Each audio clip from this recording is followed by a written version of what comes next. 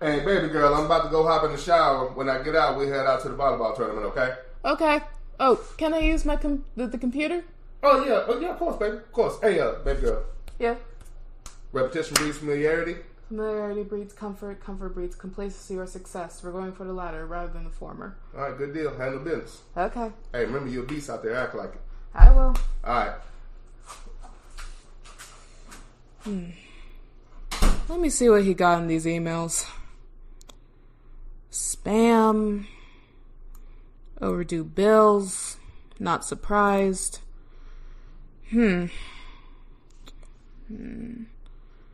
Fuck the police coming straight from the underground.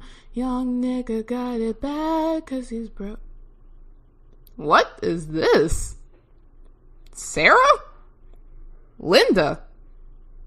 Becky? Amber? Amy? Molly? Ginger? Heather? Karen? Oh, hell no. We are not having this. No, I don't want no Pancake Tuesdays. Oh God, delete. No, I do not want your lemon bars, Karen. Oh, my dad's gonna get...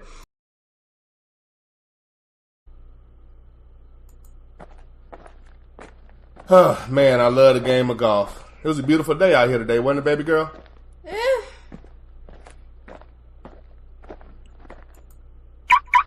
You didn't think it was a nice day today? Well, I am sweating all over, so... No, I didn't really think it was. Well, I mean, you got to drive the car. You got to drive the car, and it did have the hood on it, so it kept the sun off of you. Yeah, but it had no air conditioning. Well, okay, fair enough. So, we're going to get something to eat, right? Of course. Cool. And you're obviously paying, right? Always.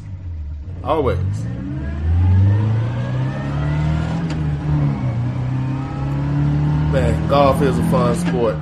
Hey, I drove the ball pretty well today, don't you think? Pretty well to the far right, yeah? But, okay, even though I went right, my iron game was really good, and I was able to fight my way out of that. Yeah, but you hit it into the sand, and you did that quite often, might I add. Even when I went in the sand, my chip was really tight, so I was able to get out of there and get close to the flag. After 3 times. You have to admit, though, my putting game was really good, and it saved me a lot of the times from all of the bad hits I had out in the fairway. And it only took you 11 holes. Listen, until you get a good golfing game, I'm going to keep giving you shit. I'm improving. I mean, since I've gotten started, haven't I got a lot better? Yes, you've gotten better since your injury. We don't have to talk about my shoulder, but I mean, that's another reason why it's coming along slowly, but, you know, I'm going to get it. I'm going to get it. Sure.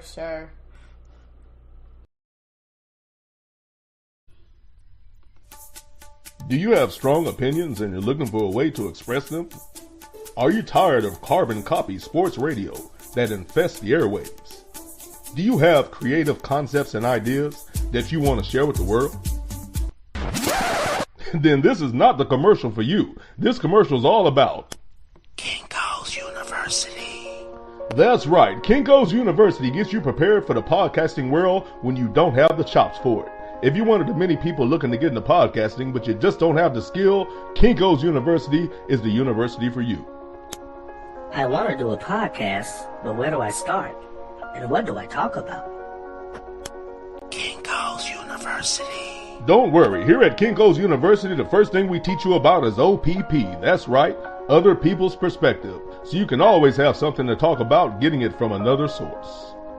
Podcasting looks fun, but do I really have to do all that research and show prep? Kinko's University.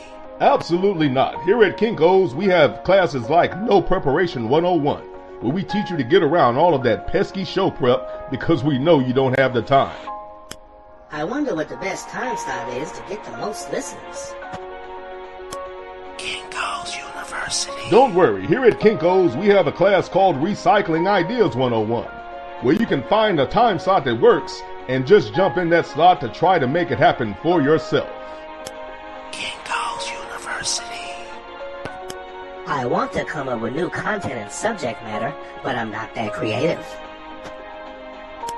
Kinko's University. You'll also take Regurgitation 101, which will help you come up with other people's subject matter that you can recycle and make your own. That's right, here at Kinko's, we teach you how to get around hard work, getting new wrinkles in your brain, and having to work hard at your craft. Come to Kinko's, where you can take these top courses with top teachers. Most people that go to Kinko's graduate with Kinko's degrees, that's right, as master copiers. Kinko's University, for the skilled impaired. Kinko's University is not a real university and is not accredited. You don't actually learn any skills. You just learn how to mimic people who have actual skill.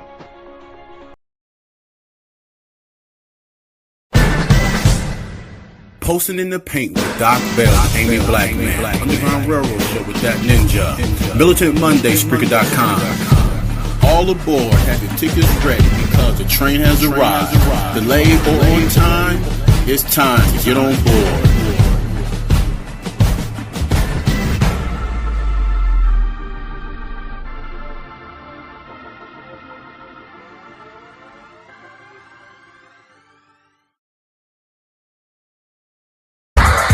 Underground Railroad Show with that ninja.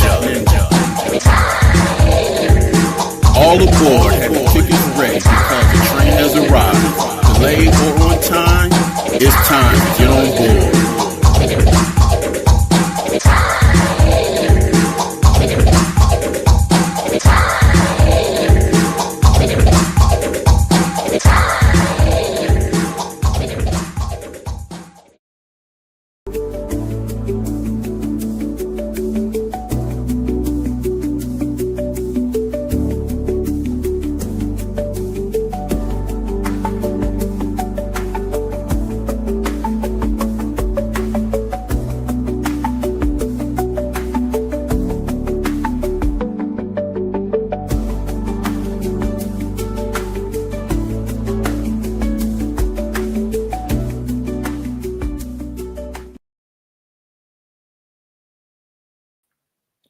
What's going on, fam? This is the Underground Railroad Show with that ninja.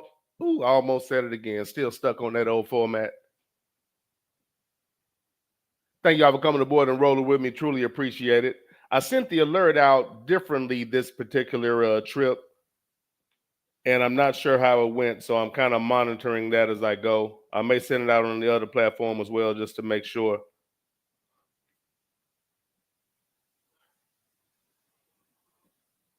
But I will say, judging from the early start, judging from the beginning, it appears I have fixed my audio issue.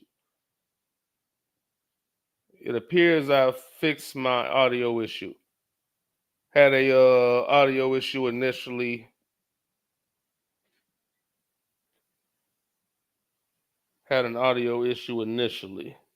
Okay. And I think I'm on the other. I'm trying to see which platform this is. I'm sorry. I'm kind of monitoring as I go. Okay. So I think people might have a problem getting on the YouTube page. I see a couple of people. I think this is Twitch. So what I'm gonna do is send out some alerts while I'm talking. Okay, I think that I'm clear. I'm kind of monitoring as I go. I have had some audio issues. And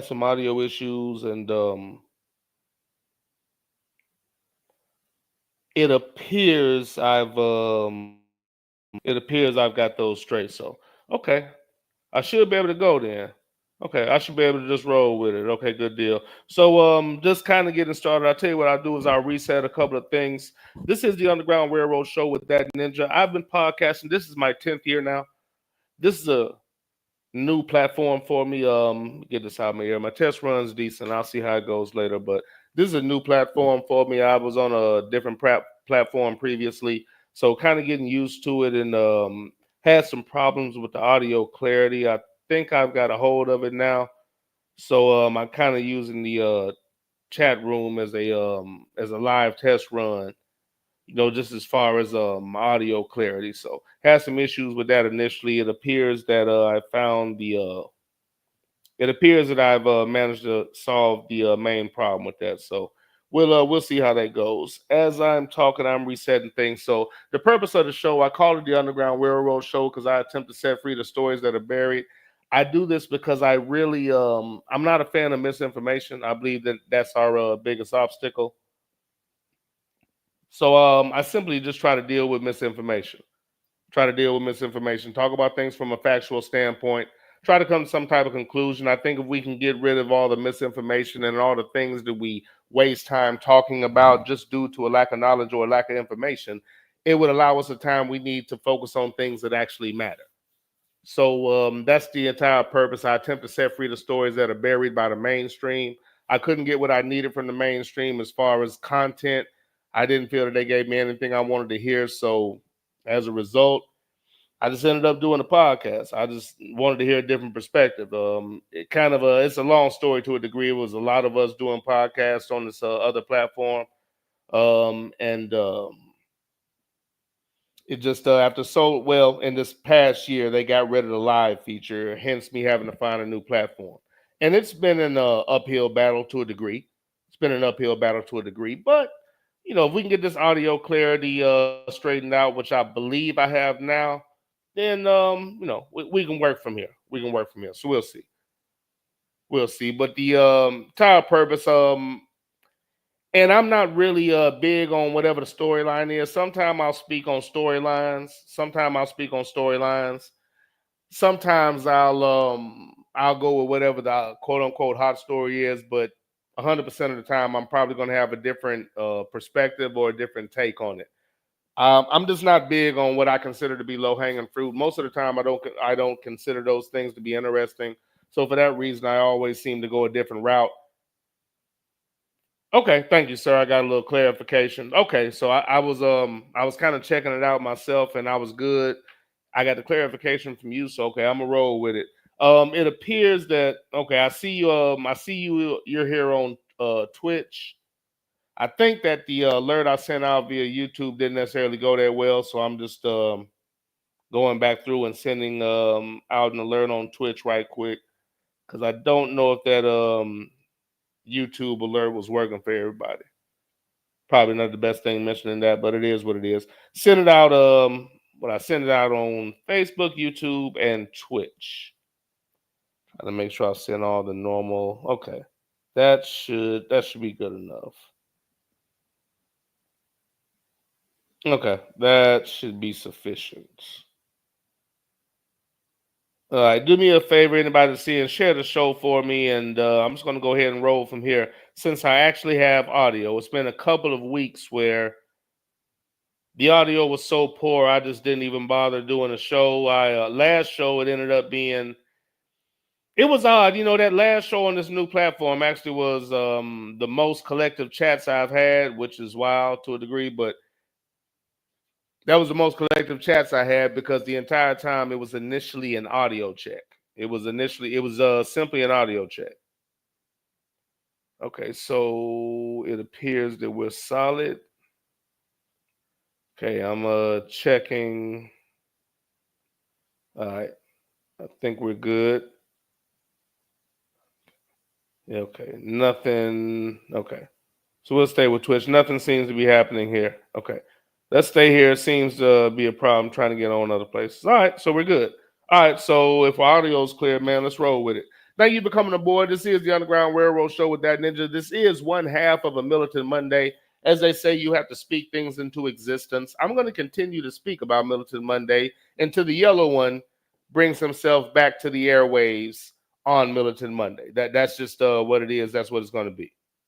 So until he comes back, I'm no longer going to hold the moniker down. We are Militant Monday. It's one half of Militant Monday until Light Skywalker makes his way back to Militant Monday. Motherfucker. Who are you to disrupt the flow of Militant Monday, sir? Who this nigga on that name? You're back on your P's and Q's. Just for clarity, slightly different First time really dealing with a headset. Before I always wore a mic on this platform. Apparently, it's better to have a headset for killing echoes and whatnot. So if you don't mind, just let me know how the audio sounds, sir, as we're going, and let's go ahead and get into it. The title of today's show is Clarity, and ironically, I have some clarity today on the microphone. Ironically, I have some clarity today on the microphone, and that's a positive. Very frustrated these last couple of weeks. So if I can have something that's audible, then we can roll from here and we can try to grow this format, get used to it, and I can take advantage of other things. But I really couldn't get into the functionality and all of the features that are offered when I couldn't even get past initial audio issues. Was my general thought. And okay, and at the moment, okay, I got another clarification. So I have it mixed right now. I have one individual that appears, I think he's on YouTube, and I have somebody else that's on okay. I think everybody's on Twitch for the most part. Okay, so we're just gonna stay with right now. The chat room that's active is on Twitch. So just go to Twitch to find the show, and that's the chat room that's active. I'm available on the other two platforms. I'm available on the other platform, rather, and it's fine for the audio. But if you want to partake in the chat room, go to Twitch. That's the most active chat room right now. And I'll probably go ahead and jump into this chat, but let me go ahead and set up the show. The title of today's show is Clarity. Title of today's show is Clarity. Clarity is simply the quality of being coherent and intelligible. The quality of being coherent and intelligible. I simply wish to have clarity when I make my statements, my end of the year statements for football. I'm a football guy. I'm a football nut, so I'm still on football. I'm still on pigskin right now. I see a question in the chat room about the combine. I'll get to that. But I still have end of the year storylines that I want to get into that I don't feel will be touched by most people. But to me, they need to be talked about. I feel the need for clarity. I like people to remember things that were said. I like people to be accountable for ridiculous predictions and statements that were proved not only to be wrong, were proved to have no factual base whatsoever. And one of those obviously is what I consider slanted coverage for Jalen Hurts his entire career. And even this past year before winning the Super Bowl and even after. But I discussed that on the first half. This was going to be a part two, being that it's been a couple of weeks since that part one. I didn't want to do that. So the title of today's show is Clarity. And luckily, at least at this moment, I have clarity on this broadcast. So I have some end of the year storylines I want to get into. I have the Cow Award. Sluggo, I still have your last email. If we're going to roll with that, I got you. Being that there's not another platform that is using these particular stories in a segment known as Fish-Eyed Fools. So since that's not rolling right now, motherfucker, I'd imagine I'm clear to use these same Cow Awards. Cow Awards meaning Colonizer of the Week. We're going to get to that. We're going to have a side story. I'll get to that. So we're going to get to these end of the year stories. We have another story I want to get into. I have some couple of things, some things from the weekend, but I don't think I'm going to have time to get to those. I'm going to stay with football. And there's one other story that I wanted to get to that was brought to my attention by none other than Light Skywalker. So Light Skywalker brought this to my attention. I'm going to talk about that. And I tell you what, we'll go ahead and introduce everybody that's in the chat room. Then I'm going to jump right into it, man. I'm trying to make sure I did not leave anything out. No, since we have audio, I think we're straight. We've decided on Twitch for the chat room. Now, let's go ahead and roll with it. So the title of today's show is Clarity. I'm going to get into some storylines concerning the NFL and college football. And after that, I have another story to get into along with the Cow Awards and your chat. And if we have audio clarity, you can expect me to pick it up quite a bit in the podcasting game. I was just quite frustrated that I could not figure out my audio problems. But if audio clarity continues, I'll elaborate on what I was able to do, and in no small part to the help from you, the listeners in the chat room, telling me when and where, or telling me how the audio sounded and giving me suggestions on what I could do. But there's one thing I did that I thought I had done before, and it didn't seem to make a difference, and now it seems like it has. So, and I'll continue to look. Yeah, and I see one question that I'm very anxious to talk about. So I'm going to get into the chat right now, and I'm going to talk about whatever y'all want to talk about. Then I'll jump into my football storylines. First man aboard the train, Sluggo, the motherfucking Hammer. What's going on, sir? Thank you for coming aboard. Motherfucker. Hope you are enjoying the ride thus far. Sluggo said test runs have been clean. Let's see how it goes live. So far, so good, sir. Okay, good deal. Good deal. Hopefully this continues. Sluggo said, did you watch any of the combine? I didn't bother to tune in, but prior to the combine, I did see a colonizer quarterback slide into the second slot, pushing Shador to number 3. To the NFL commentators. You blind motherfucker. There may be somebody that I would take before Shador, but none of them need suntan lotion. And I'm just speaking facts on what I saw in college football. That's an interesting thing, but it's not surprising. They literally do it every year. And to those particular, I think they call themselves football analysts. That motherfucker must have lost his goddamn mind. Do you think? They do that every year. And again, that's part of some of the storylines I have to discuss, or I'm going to discuss. We have the aforementioned Light Skywalker on the train. The former first half of Militant Monday, who's taking a hiatus right now. I completely understand. People have lives. There are things that are way more important.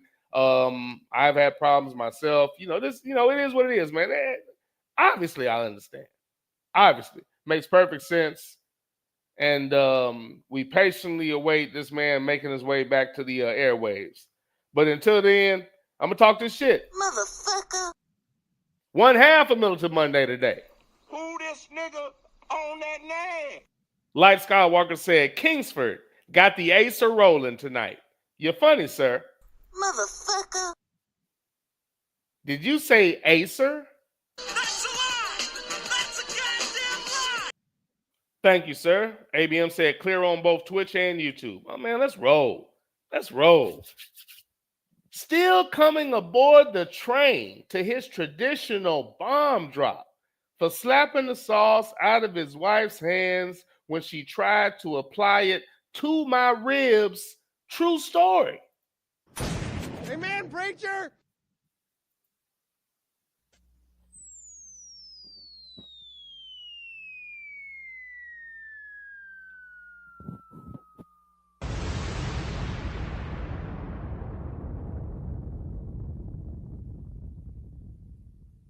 True story. We have none other than the great Sidney Jackson on the train. What's going on, sir? Sidney said, oh, shit, the mic isn't in the car.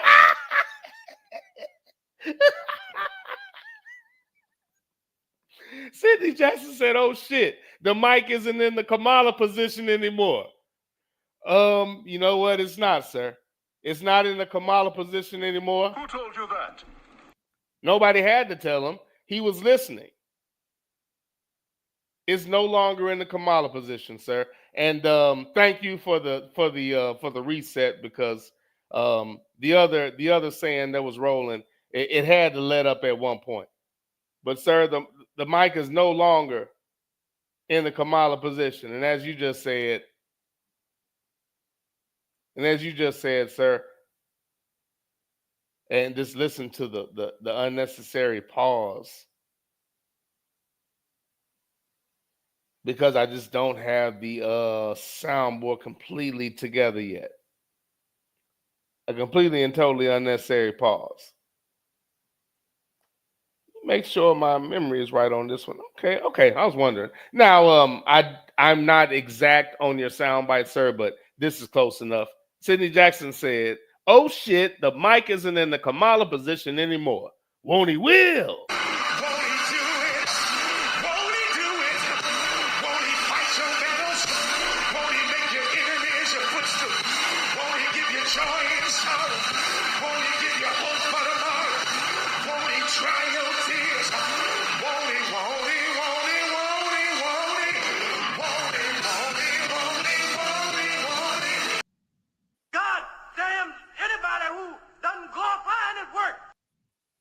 Sluggo clarifying, yes, sir, you're clear. ABM said, Sid, Jack, we have marinated cow wards coming up as well. They are marinated. They're well seasoned. They're well seasoned. They're marinated. As my mom say, they're very they're well marinated. They won't take long to cook at all.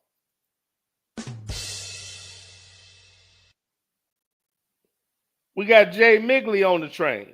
Jay Migley, forgive me if I'm mispronouncing your name. I think he's clarifying. Is that Raider for Life? What's going on, Raider for Life? Thank you for coming aboard, sir. Hope you are enjoying the ride thus far. Sydney Jackson said, ABM, them cows should be good and tender. As I was just saying, they have been marinated. We have none other than 334 Bama on the train. What's going on, sir? Thank you for coming aboard. Hope you are enjoying the ride thus far. ABM said, what are your thoughts on Deebo Samuels going to the DC football team? Thank you so much for asking me about that. We can jump to that right now. What are my thoughts on Deebo Samuel going to the DC football team? What are my thoughts? Let's see if I can sum this up. When I think about the 49ers. Stupid as a stupid does. Stupid as stupid does. Stupid as stupid does, sir. I think that's a nice summarization of how I feel about them in that particular move. When it comes to the DC football team. You're a goddamn genius. That's the most outstanding answer I've ever heard. You must have a goddamn IQ of 160. Once again, for clarity.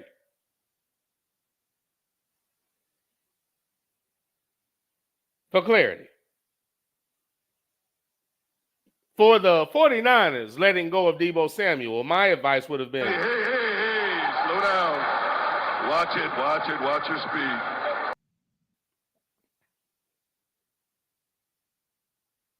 When it comes to the DC football team, my advice would have been... I need a nigga. So I think it's clear on who I think did the best job in this particular situation. Who got the upper hand? Let's start with the 49ers. And personally, hey, great, because that's one of the people that made your team go. And if you think you can replace him with the individual that you picked up from JBJ's team, okay. You blind motherfucker. We'll wait and see on that. The 49ers have a decent system, but the head coach is under the delusion that his system is the only thing that matters, and he appears to think that, I'll say from the outside looking in, it appears that the head coach in San Francisco, along with the GM, John Lynch, they seem to think, or they seem to believe, or they seem to have the mentality that they'd rather lose with who they like than win with who they need. If there was ever somebody they needed to keep, it was Deebo Samuel. Deebo Samuel is way more important than that quarterback because anybody can do the average shit that he does.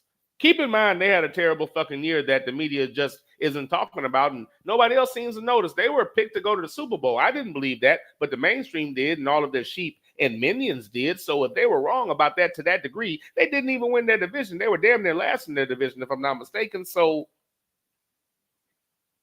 you're going to improve your team by giving away one of your most productive players, and I'm sure they're trying to justify it by saying, well, I mean, he wasn't healthy he's not healthy all the time. Yeah, that average quarterback wasn't healthy the entire year either. What's your point? It's football. So between those two individuals, you let Deebo Samuel go? Okay, San Fran. Do that. You blind motherfucker. You don't need Deebo. You're good with the guy from Florida. He's going to replace Deebo, huh? Who told you that? Maybe you're going to pick up somebody in the draft, but you're not. Are they Deebo? You can look for the skill set, but okay, do your thing. Do your thing. But if you think you're going to replace him with current personnel. That ain't true. That's not true. Do your thing. On the part of the Washington football team, keep in mind, Oh, and let me say this too. NFL. You blind motherfucker. Sports writers, all y'all goofy sports writers, the people that get to vote on coach of the year and things of this nature. Bruh. You blind motherfucker. Not to sound like one of these young cats, but bruh. You blind motherfucker. You gave the coach of Minnesota coach of the year? Huh? The hell were you looking at? Minnesota didn't lose anything. The only thing their year proved is that Kirk Cousins didn't mean anything because they plugged in a career failure, and he had a great season until teams got film on him, and he fell back to who he was. But you can't take away the season he had. That wasn't an indicator of great coaching. That was an indicator of how Kirk Cousins wasn't that important. Nobody had expectations for Washington. Nobody. And the mainstream definitely didn't have expectations for Jaden Daniels. I did. A lot of people listen to the show did. I can speak on the people that spoke on it. I did. The majority of the listeners did. ABM did. Spoke about it live on podcast. Way before it was cute to do so. Anybody that was paying attention. He had a cartoon year in college. It was downplayed because, he has the wrong paint job.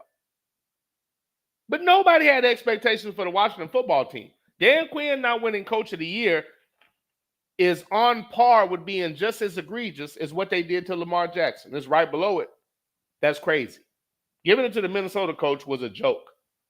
He didn't lose shit. He lost an average Kirk Cousins. Anybody can do what the fuck that man does behind a good line throwing the top-tier receivers. You would really see what that team can do if they had an actual difference maker at the quarterback position. But again, coach of the year should have went to Dan Quinn. Nobody had expectations for Washington. It wasn't about Jaden Daniels. I know he's great, but I didn't think the team was going to do well because they didn't necessarily have the best personnel. And during the draft, after they got Jaden Daniels, they took the McCaffrey's little brother at receiver when there were still real receivers on the board. They could have picked him up later on. And to their credit, when they saw that it didn't work, they took him out the starting lineup and put in people that could actually do something. To their credit. But they wasted a draft pick on him. Now, let's come around to this pickup. Deebo Samuel was a primetime free agent. I was tripping because I looked in the my usual, I go to the score.com because I think in our text thread, I saw somewhere that this Deebo Samuel thing to DC, and I was like, wait a minute, is that true? In my mind, I'm like, that would be great, but let me make sure. And at first, I thought it might not be true because I went to the NFL page, and there were 6 different stories before I saw that. 6 different stories before I see Deebo Samuel going to the DC football team? You blind motherfucker. There aren't 5 more stories more important than that. The fuck are you talking about?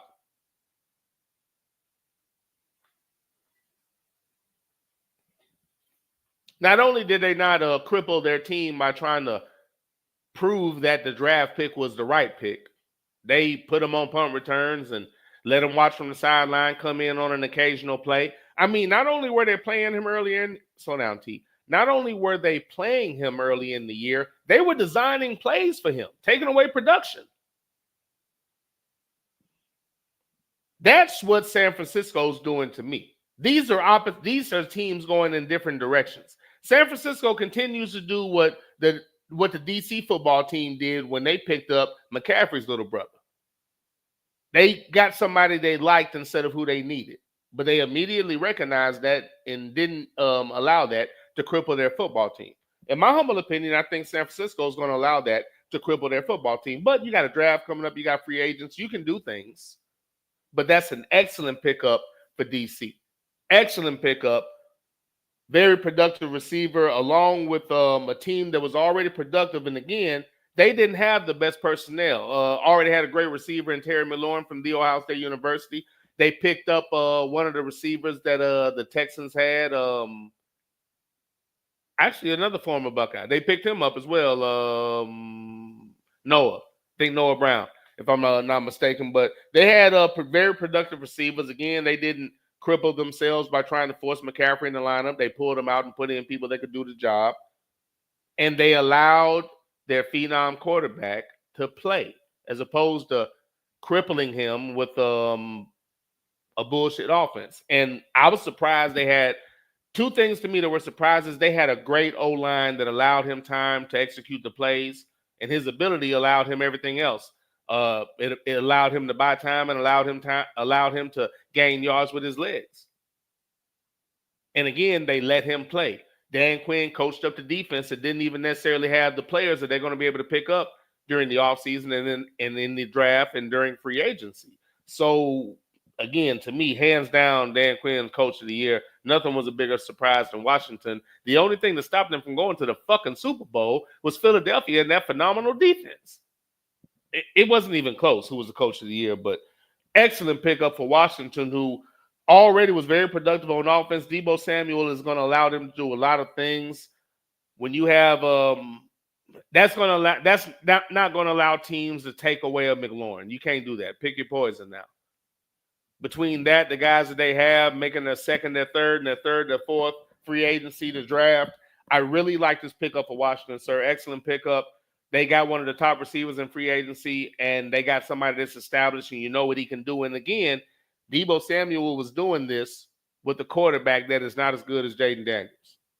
Let me make sure I say that again. He was doing this with an average quarterback. Imagine what he can do with a playmaker. Excellent pickup for Washington. Excellent choice for Deebo Samuel.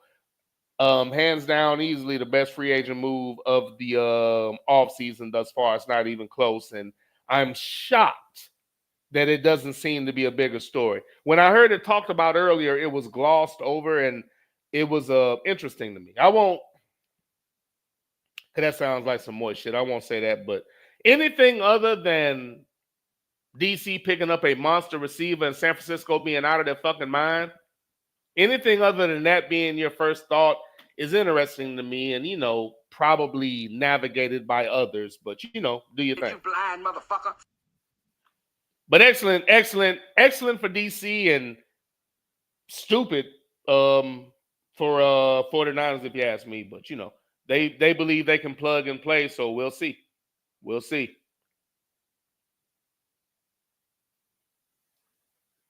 Snuggle said, I think Tanner out of Louisville was the guy. Not sure how he performed over the weekend. Oh, okay. I'm not sure if you're talking about the quarterback they jumped up. Okay, I actually, I'm sorry. I think you asked me that earlier, or ABM did, and I didn't answer. I did not watch the combine. I did not. I didn't watch any of the combine. I might go back and check out some shit on YouTube, but as of right now, I have no thoughts because I did not watch it. So I can't speak intelligently about the combine because I didn't see it.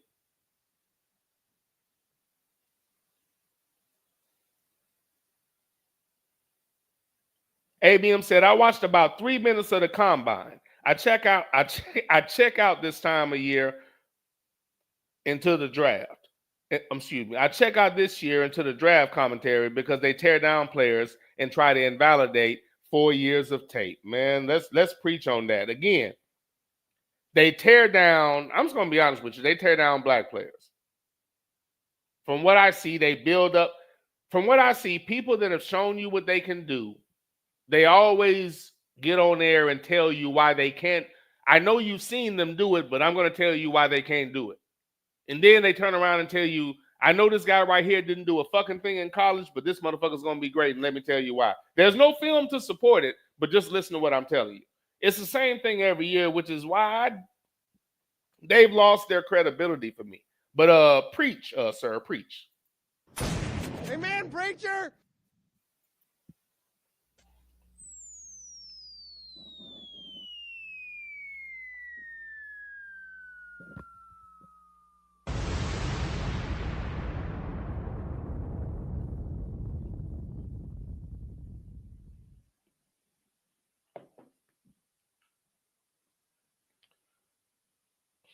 Ready for life, laughing at Light Skywalker.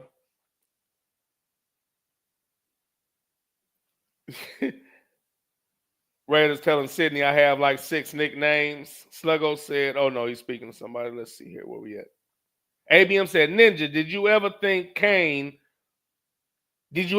Cena would go heel? Do you think Jade will go after Bianca too? I have no idea what you're talking about. Are you talking about wrestling?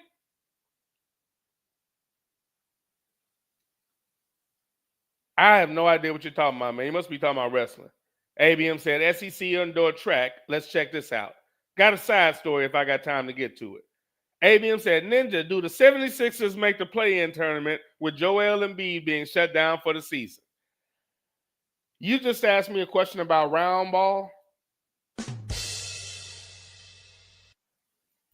Motherfuckers is selfish as fuck. Motherfuckers is selfish as fuck. Round ball. You hypocrite motherfuckers. Round ball. You bringing a round ball on the train right now? It's not time. It's not time. Who told you that? We're still on pigskin, sir. Sluggo said, waiting on the 49ers to overpay for Purdy. They're about to do it. They're about to do it. They're about to do it. Did you blind motherfucker?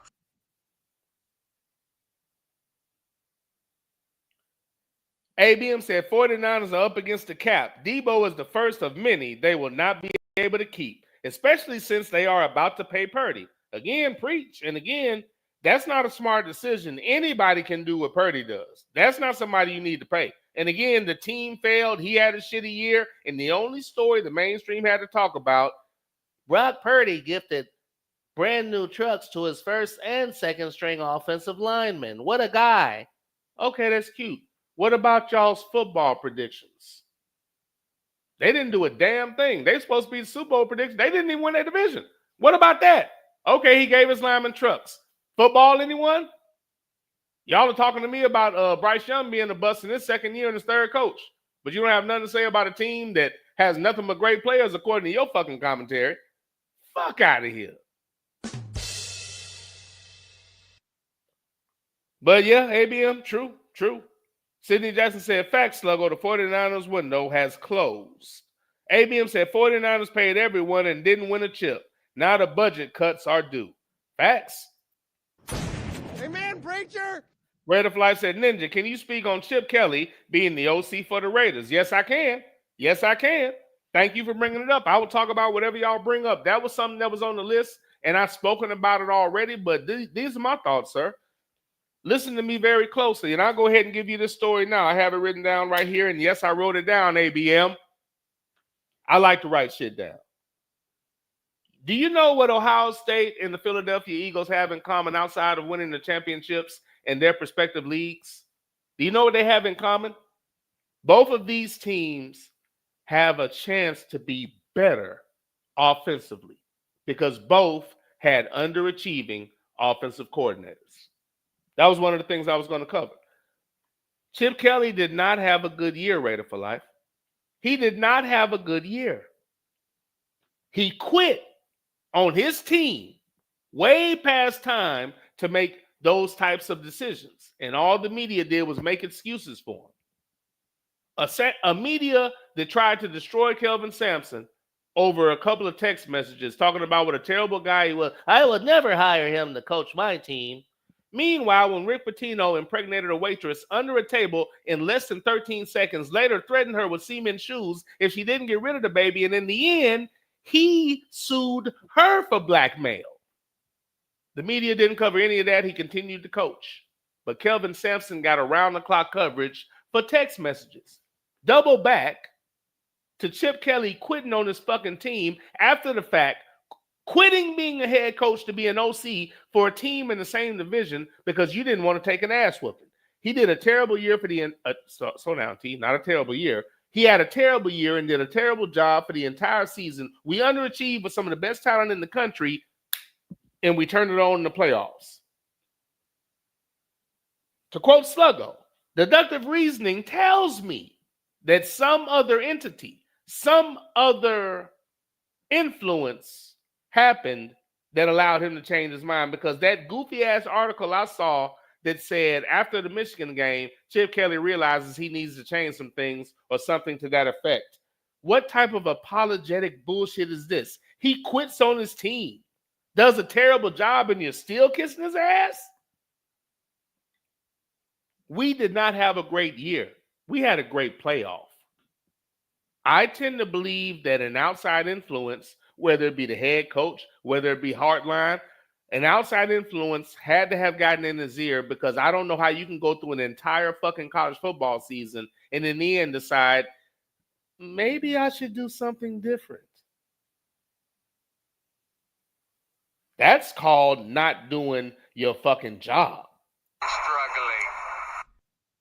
With all that being said, sir, I think that the Raiders did exactly what the Saints did. The Saints hired an OC that wasn't qualified. They didn't do anything special. Everybody there was productive before he got there. He didn't create shit. Jalen Hurts was already a monster. Has shit nothing to do with Kellen Moore. He slowed his production down. The only thing I'll give him is that he did obviously listen to the team and the quarterback and the receivers, because they ran some of the things that they were running when they went to the Super Bowl, which most of the time when a quarterback is that successful, they don't change anything. That doesn't happen to most quarterbacks. They have one of the best years ever.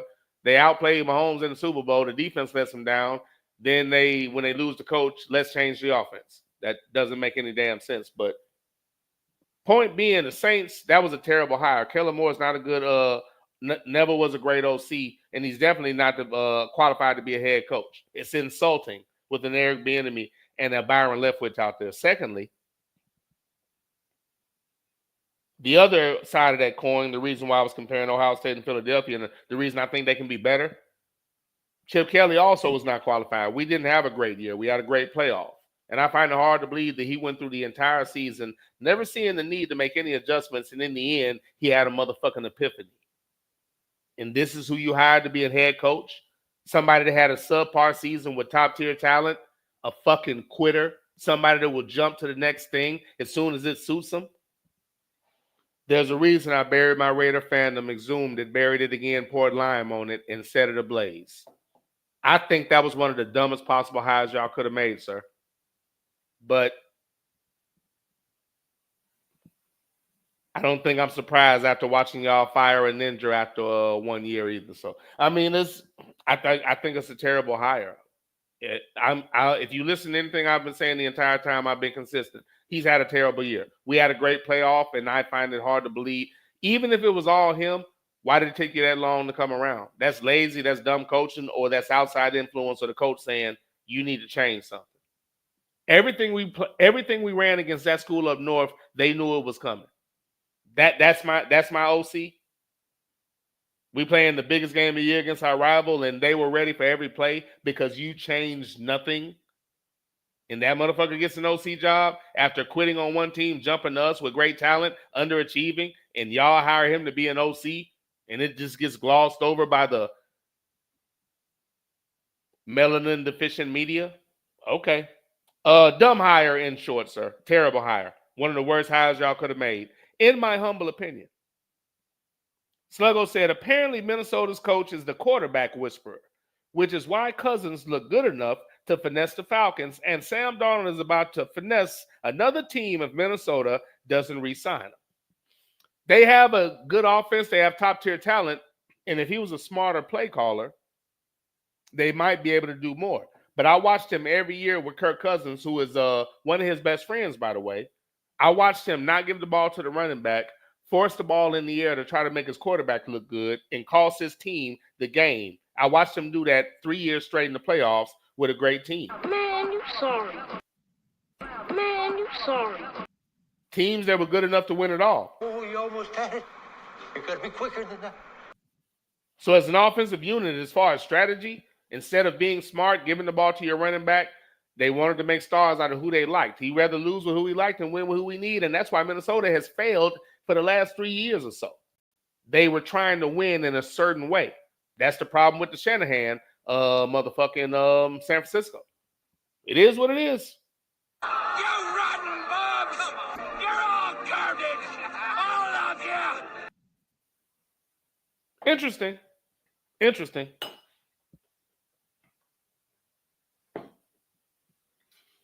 But I'm sure that's the narrative, Sluggo. I'm sure. ABM said, look at these stallions in the 60 meters. I can only imagine, sir. I can only imagine. Going to have to set this thing up differently. I had to get a small TV to kind of move around in these rooms. I don't have one in the office, but I'm going to set one up. It's not football season at the moment, but I'm quite sure I can go back and check that out at my convenience, and I will do so.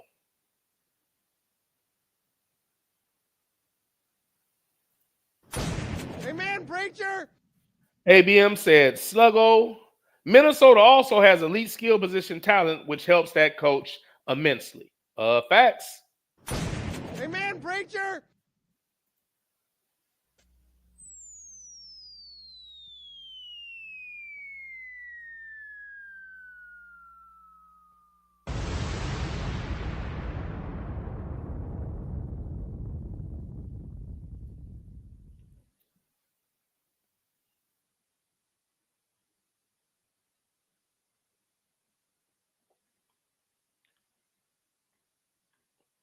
Oh my God, look at all the receivers Jalen Hurts has. No wonder he's successful. Anybody could throw to those receivers. Notice they never say that about Minnesota.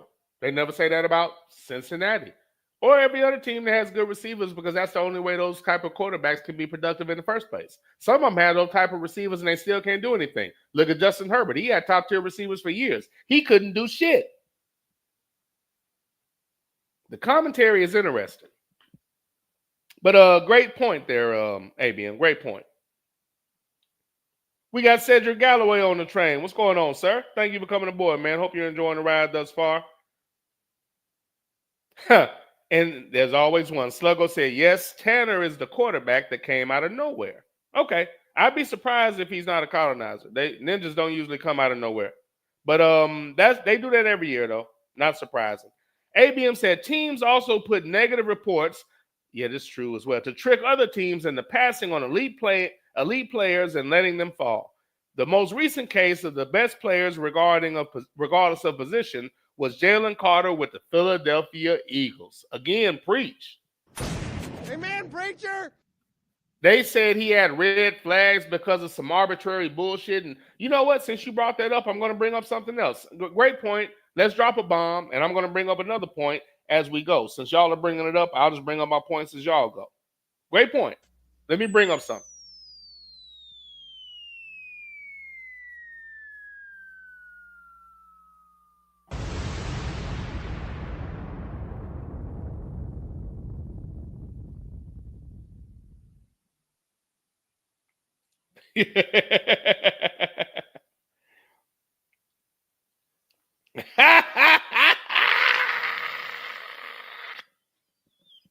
I'm sorry. I didn't mean to look up at the chat. My bad. Where was I at? Okay. Great point, ABM. Talking about Jalen Carter. Okay. In the case of Jalen Carter, they said he had red flags because of arbitrary bullshit. Does anybody know who Garrett Bowles is? I've been doing this so long that I remember I was doing the draft when he got drafted. He was drafted in 2017. Garrett Bowles is an offensive lineman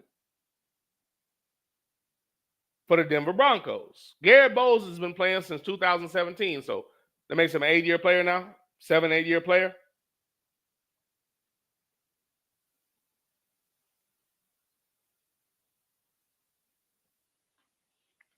Garrett Bowles played for Utah State, I believe. Now, again, that same year, one player said a cuss word like his grandmother, whoever raised him his whole life, died before the draft. So he said a cuss word. And the media, talked about it. And of course, sheep-ass ninjas and people that don't think for themselves repeated that stupid shit. There was something else that happened with a black player that amounted to nothing. Some marijuana. It was top-tier left tackle for the Houston Texans. Laramie Tunsil, who's been nothing but stellar his entire career. They tried to destroy him over marijuana. A cuss word, marijuana. I'm hearing now from other sources, all of this irrelevant shit about Shador and okay, when they speak about Cam Ward, they talk about not playing the second half of the game. And again, for me, for clarity, I don't have a short memory. I believe in being intelligent about things. So if the same white media that doesn't care about Garrett Bowles talks about marijuana, a cuss word, this player is not going to work out. This player didn't play in the second half of a game. Oh, that's a red flag. This player may or may not have on something that's expensive. Oh, God, he's wearing expensive shit. The same media that looked at a Garrett Bowles that went to fucking prison, when they covered up whatever you can't even find it. You can't even find what he did. Some type of drug-induced bullshit. He committed some type of felony, went to prison. They left all that out, went to school or whatever. When you look at his overview, this is what they say about Garrett Bowles. Garrett Bowles is an offensive tackle for the Denver Broncos. The Broncos selected Bowles in the first round of the 2017 draft. First round, very important.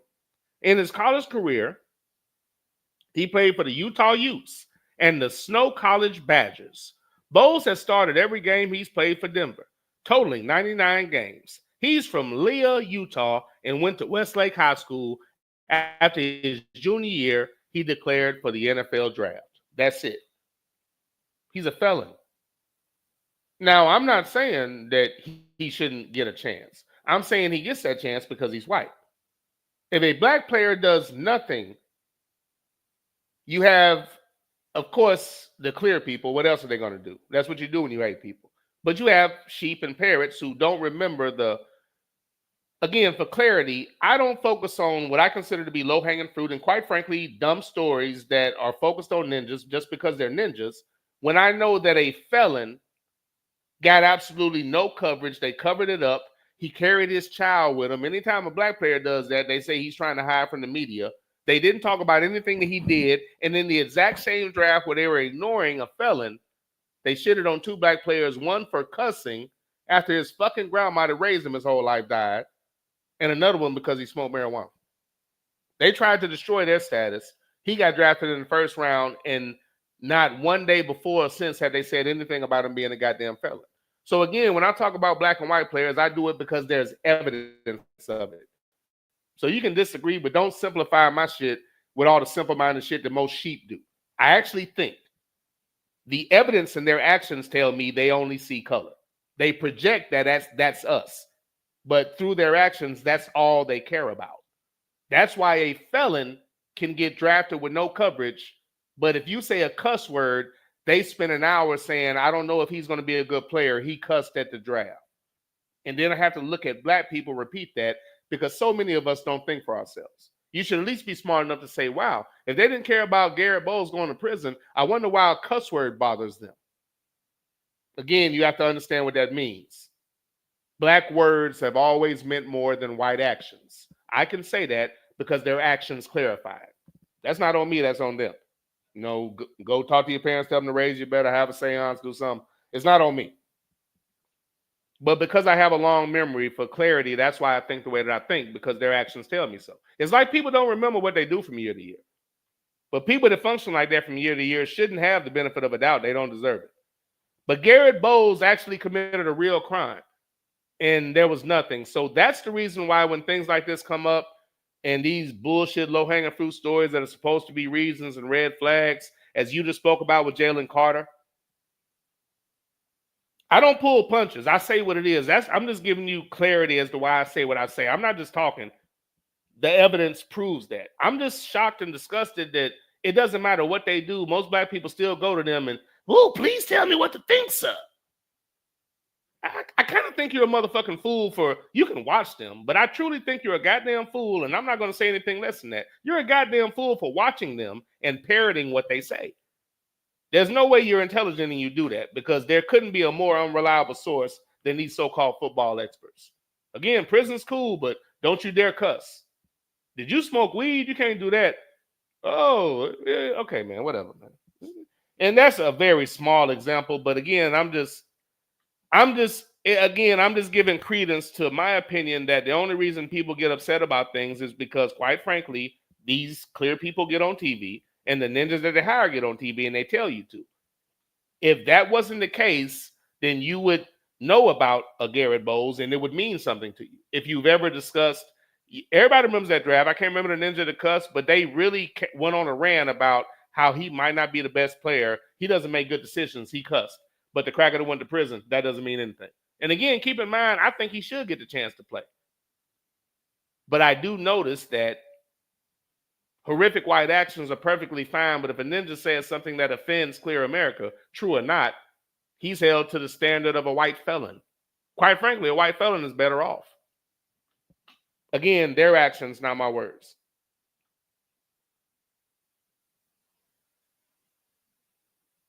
Where was I at? Sorry about that. Preach on that, ABM. ABM said, this brother that looks like Shaka with cornrows won the indoor 400-meter, walked a colonizer down in the last 125 meters. Okay, you give me track updates. I have a track story. I don't know if I have time to get to it today. We got Dexter on the train. What's going on, Dexter, man? Thank you for coming aboard, sir. And he put this in the Underground Railroad show page. The Ohio State's getting rid of DEI policies, saying we don't give a fuck about niggas, just make us hundreds of millions of dollars. And that's true to a degree, but keep in mind that now they're doing that and fuck them for that. Motherfuckers is selfish as fuck. But generally, we don't benefit from those programs. They give those to other foreigners, white women, people like that. But that still is no excuse. Ohio State's really showing their ass right now. But preach, Dexter, preach. Amen, preacher. They're really showing their ass right now.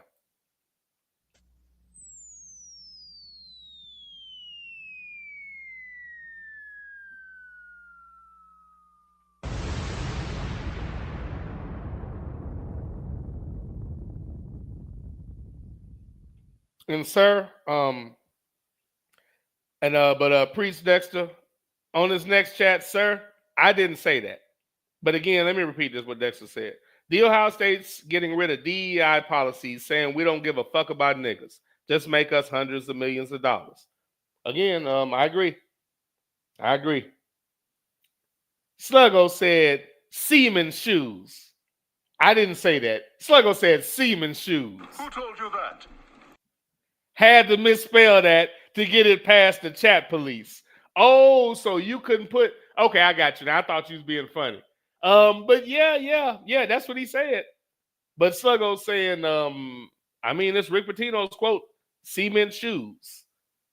Who told you that?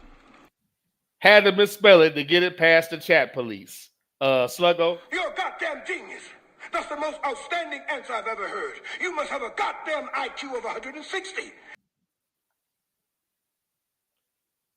Raider for Life said, I don't think Chip Kelly takes that position and that salary without a promise that he will succeed Pete Carroll.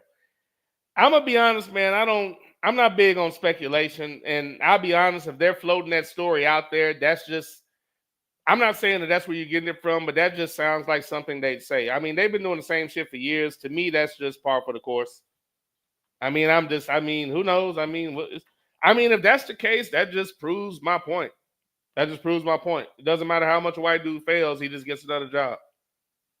Doesn't matter how much Chip Kelly fails. He quit on his fucking team, and he just keeps moving upwards.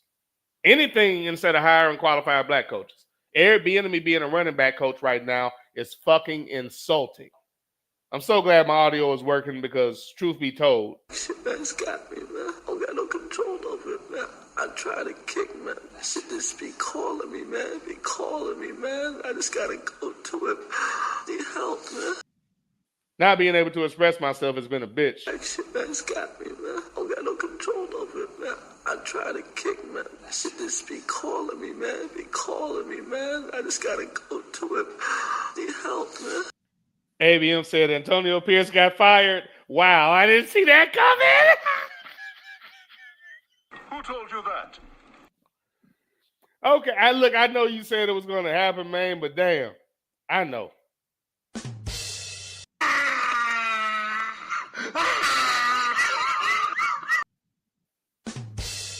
Quote, Antonio Pierce got fired. Wow, I didn't see that coming. What? Nigga, please. Okay, sir. Okay, I know you called it. Raider for Life said, okay, no, I read that one. Make sure I didn't skip any more. Okay. ABM said the Raiders, like other teams, are unserious about winning. I agree with that. I definitely think they're unserious about winning, judging from the moves they're making. Amen, preacher.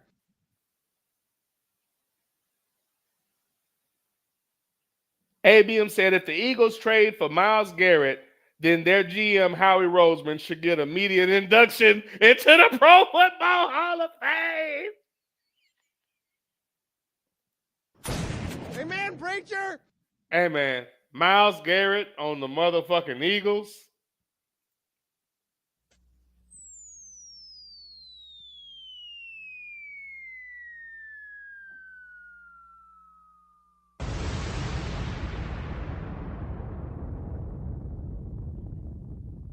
If they can't get him, if they can't get Garrett, I don't know if Clowney's a free agent, but they should pick him up. I don't know how long a contract he signed with Carolina. He might have just signed to the highest bidder. I can't remember, but yeah, boy, that'd be nasty. But yeah, preach ABM. Yeah, but if he pulled that off. Amen, preacher. ABM said CM Punk is in the building. I don't know what I'm missing. Sluggo said ninjas must be hypnotized looking at the whites on TV. That has to be the reason they suspend common sense when watching that nonsense. I have to co-sign that, sir. Amen, preacher.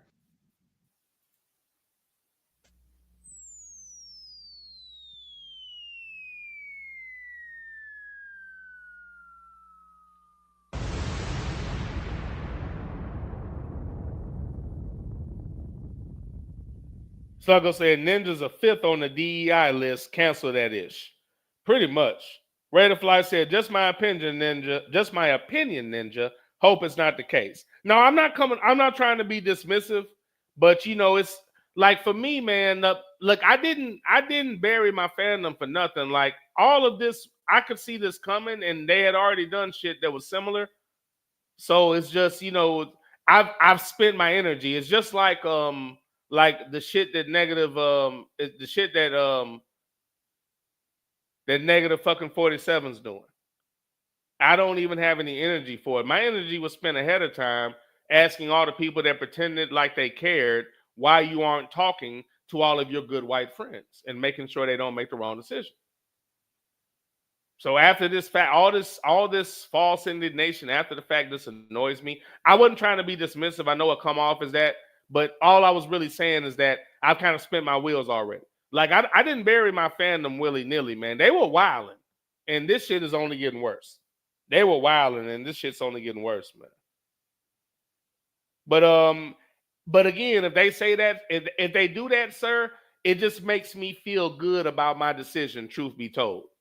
It makes me feel good about my decision. It just annoys me that Eric Bieniemy can't get a chance, but this chunky motherfucker can get chance after chance, quit on his fucking team to be an OC, and all the coverage is positive. But at the same time, they're shitting on Eric Bieniemy, saying that he can't coordinate in fucking college after he has 3 goddamn Super Bowls. Man, I digress. What? Nigga, please. Yeah. But if that's true, sir, I feel sorry for you and your fandom, sir. ABM said DEI is a distraction, much like the restructured economic boycott led by a white organization. I'm not arguing with that either. Amen, preacher. They don't have any policies for us. The DEI thing, what it should make you aware of is, oh, that's not really going to affect us for real.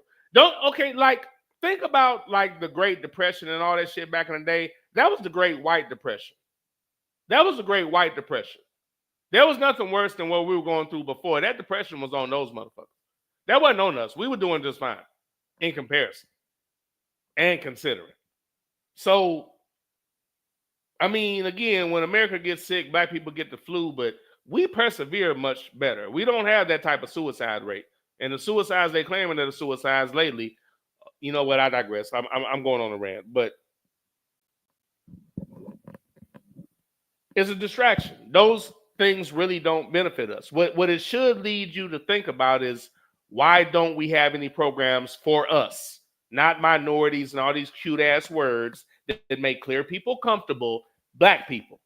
And you should ask yourself, why the fuck is it that they're so dead against giving something to black people? If you actually would, people would just live in reality, I wouldn't have been dealing with all the goofball ass motherfuckers before the election, and even ones now that still aren't using intelligence. So in 3.5 years, they're gonna make you dance just like the puppet you are again, and you're gonna be sitting around complaining about shit you should have saw coming if you had a little bit of common sense. So the way I keep my shit down is when I see the shit coming, man, I'm not okay, man. Everybody, oh my god, I can't. Yeah, dumbass. That's why I was telling you, stupid motherfuckers. Not saying it would have made a difference, but y'all wasted a lot of time talking to black men, and y'all were doing, and that's a white narrative. White people said, hey, go yell at black men. Y'all said, okay. No, you were supposed to actually talk to them. Ted, John, Tuck, y'all gonna vote for the person that's not a terrorist, right? But something tells me you didn't have that type of intensity with the others. And that's where the problem lies. All your energy was spent in the area that you felt comfortable. They told you it was okay to talk to us, and that's what you did. Or your woman told you, get your ass on the internet and tell them what's up. Instead of you being smart and correcting her and telling her, no, we need to focus on your buddies at work, you went along with it. Congratulations on not having a spine. I'm sorry, every time I think about that, I get annoyed. Because people actually still haven't learned their lesson. Talking to ABM the other day, he quoted some things that let me know that some people are saying that, you know what, let me not. Well, yeah, I will. Instead of realizing that white America, and if you actually have conversations with people, you would know that very few to little, no minority group is voting for a woman. Definitely a black woman. Mexicans aren't doing it. I can tell you that now. I know that on first-hand basis. Asian people, for the most part, aren't doing it. Again, if you don't have conversations with these groups and you're just doing this fairy tale bullshit, you might not know this. And you should know the white people aren't going to do it. So it was never a smart strategy to want a woman. It's definitely a black woman. And that was never mentioned. That's pure stupidity from people that claim that they only care about winning the election. And not one of you mentioned that. That tells me you're not intelligent, you're sheep, or you're just dumb as hell.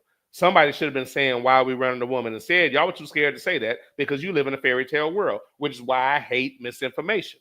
Nobody was intelligent enough to say, why are y'all acting like this country is good enough to elect who's qualified?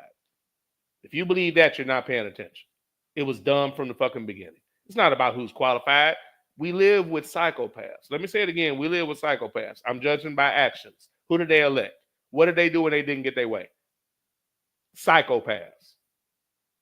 And in this fairy tale bubble that morons have created, you convince yourself that ignorant ass psychopaths were going to vote for a woman, nonetheless a black woman. If you don't see the setup coming, it's impossible to have an intelligent conversation with you. He just so happened to run against women twice. They're in on this shit. This ain't nothing but a volleyball match. The Republican Democratic conversation is a conversation that should be exclusive to the clears. They're dumb enough to think that shit matters. When we do it, it's crazy. If you don't see the setup, how can you not ask the party, why are we running somebody that this country's not going to vote for? And instead of being intelligent and saying that, you get some stupid, sensitive, or unintelligent, emotional motherfucker. And as a man, you're not supposed to be emotional. Screaming something stupid like you hate women or you don't think she's qualified. No, as I just calmly said in an intelligent voice, white America's too fucked up to vote for a black woman. So don't do it. That's what I'm saying. And if you can't say that out loud and be comfortable, you're kind of stupid. What, you worried about the arbitrary person in the room not liking what you're saying? It's the truth. That's why she didn't get elected. It's not about being qualified. Where do you live? And if people don't realize that and the years roll around again and you think that shit's cute, I can't spend any energy, man, listening to these damn complaints. Yeah, dumbass, what do you think was going to happen? I digress. Let me get back to football. Where are we at? Sidney Jackson said, all these delusional Nabiscos are learning that DEI doesn't mean black. Like not using soap and a washcloth. They always have to learn.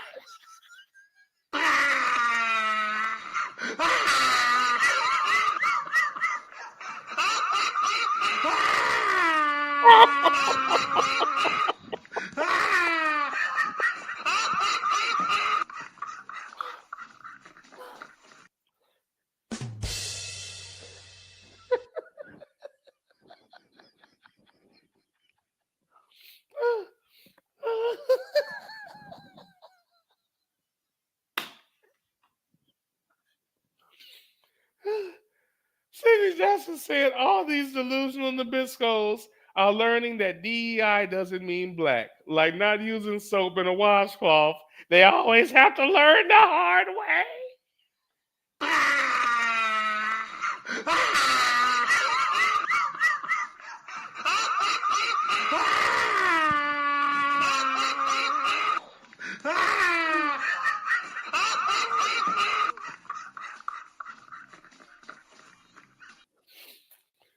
Oh, jeez. Oh, I love my chat room. Oh, Randall for Life said Chip Kelly got Roseman, Shady, and Deshaun Jackson out the building and out of power. Crazy. Facts? I don't understand. Amen, preacher. Sidney Jackson said, what the hell was Travis Scott doing in that ring? I missed the fight, man. I'm never paying attention. But I got stories to tell, man. I'm not going to have time today, but I got stories to tell. I got a birthday party story. I got a track outing story. I got the weekend that was when we laid my uncle to rest. Mom came in town. I didn't really necessarily go over that, kind of slightly, but oh yeah, while I'm thinking about it, hey man.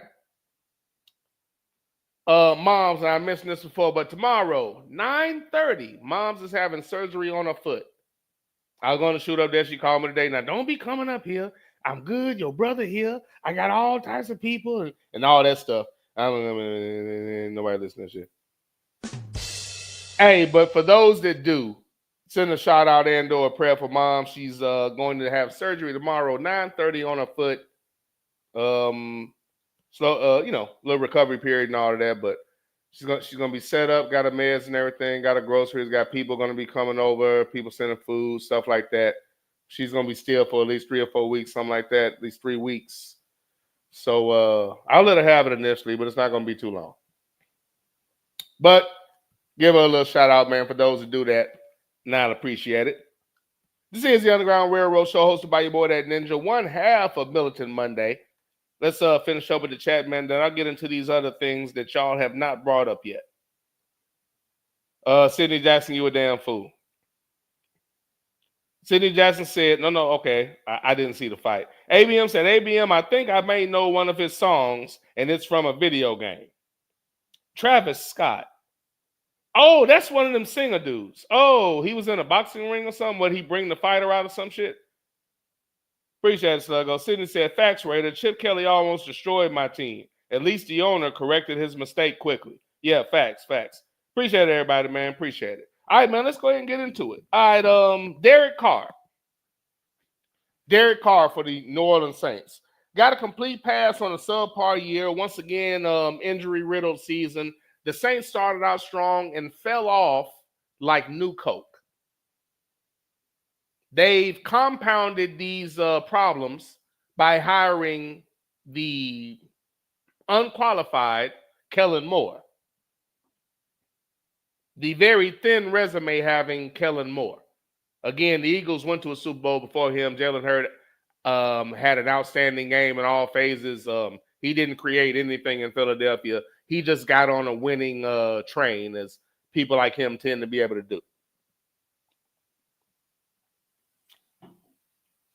The GM was recently stated saying that the Saints can win with Carr.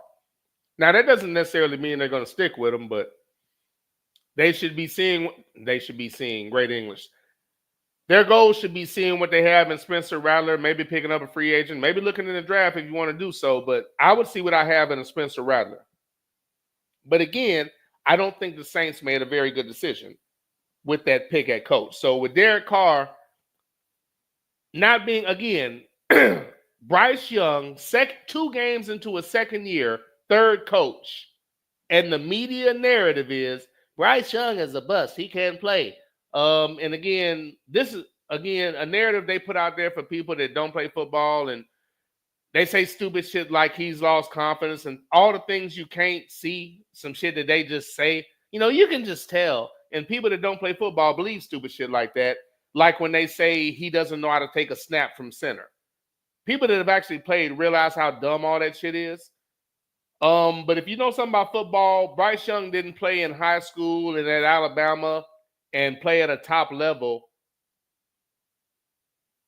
to lose confidence because the team isn't doing well in a couple of games and the media says so. Again, the reason why that was always stupid is because how come a Derek Carr who's had all the time in the world is on his second team, has played much longer, you've never said that about him once. But this ninja in his second year, 2 games into his second year, you're questioning his entire ability to play. Again, for me, it's just common sense. I'm giving clarity. That's why I think the way that I think. That's why when that is brought up to me, I'm like, I'm too intelligent to allow them to. I'm not going to talk about that just because Clear America says this is a story. No, actually, I'm concerned with Law and Order Mayfield. 3 or 4 teams, has never done anything special, got a contract for doing absolutely nothing. I'm more interested in him. That looks like a failure to me. A Derek Carr looks like a failure to me. A Justin Herbert looks like a failure to me. A Sam Darnold looks like a failure to me until this year. And again, if he was a failure up to this point and he could have a good year on the right team, that just means it could happen for any player when they truly get an opportunity. But only certain players get that opportunity. Fuck that. Only clear players get that opportunity for the most part.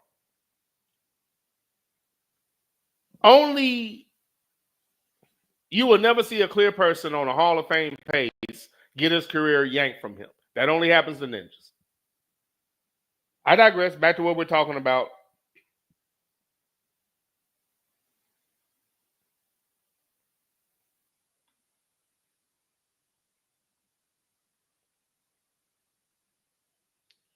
Forgive me for this pause. This is the Underground Railroad Show with that ninja on Spreaker.com. This is not fucking Spreaker. God damn it, I'm still stuck saying that shit.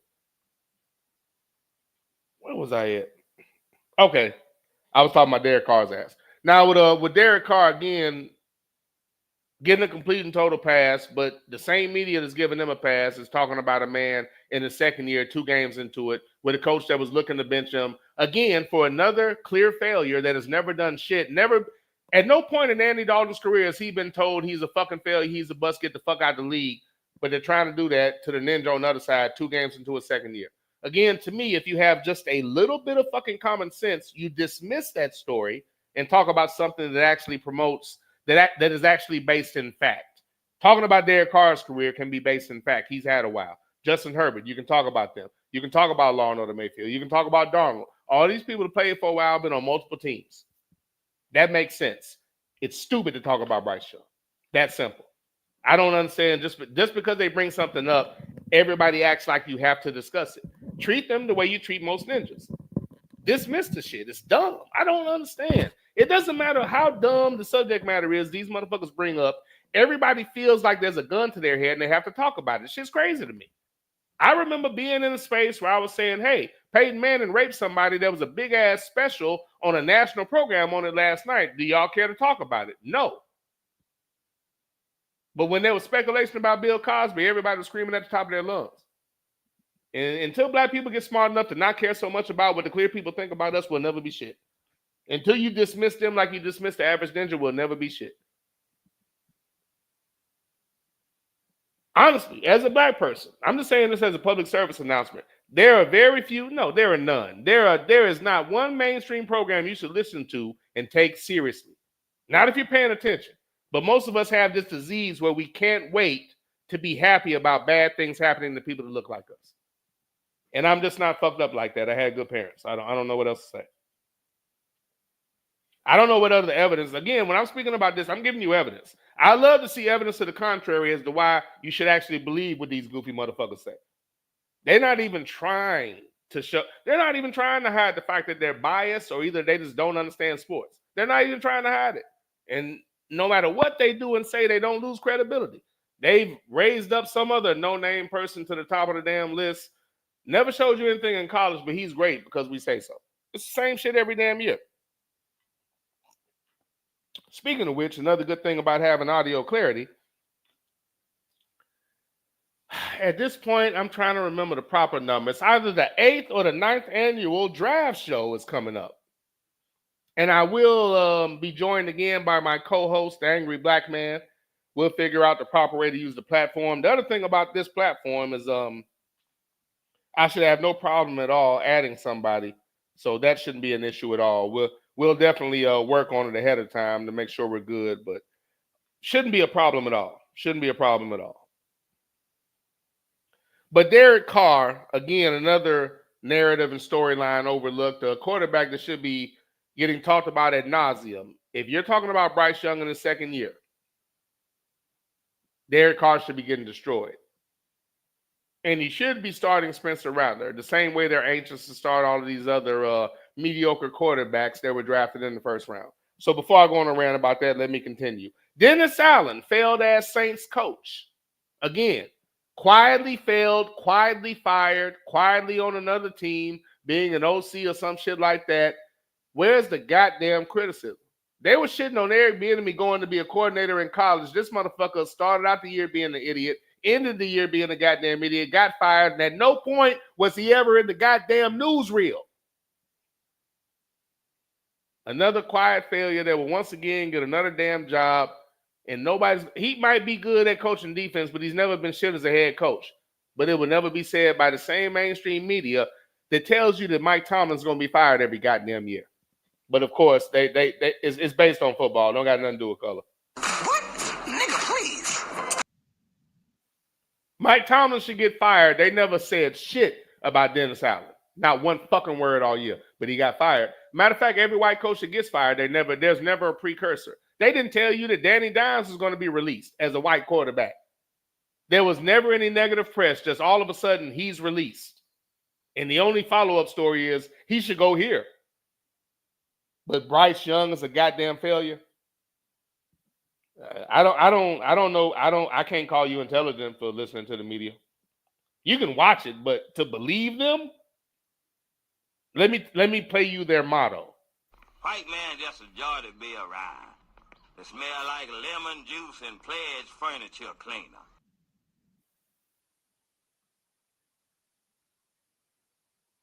Sidney Jackson said, Ninja, not boxing, but in a wrestling ring with The Rock and John Cena.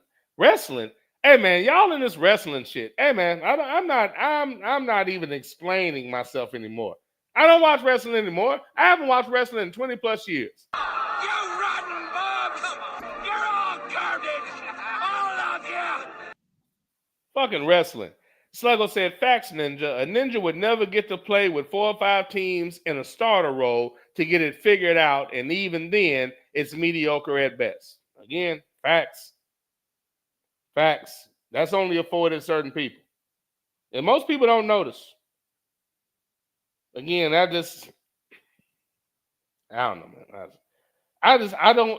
I'll never understand why everything that those dumb motherfuckers bring up, everybody feels like they have to talk about it. And again, I know it's different for me because I don't watch that shit.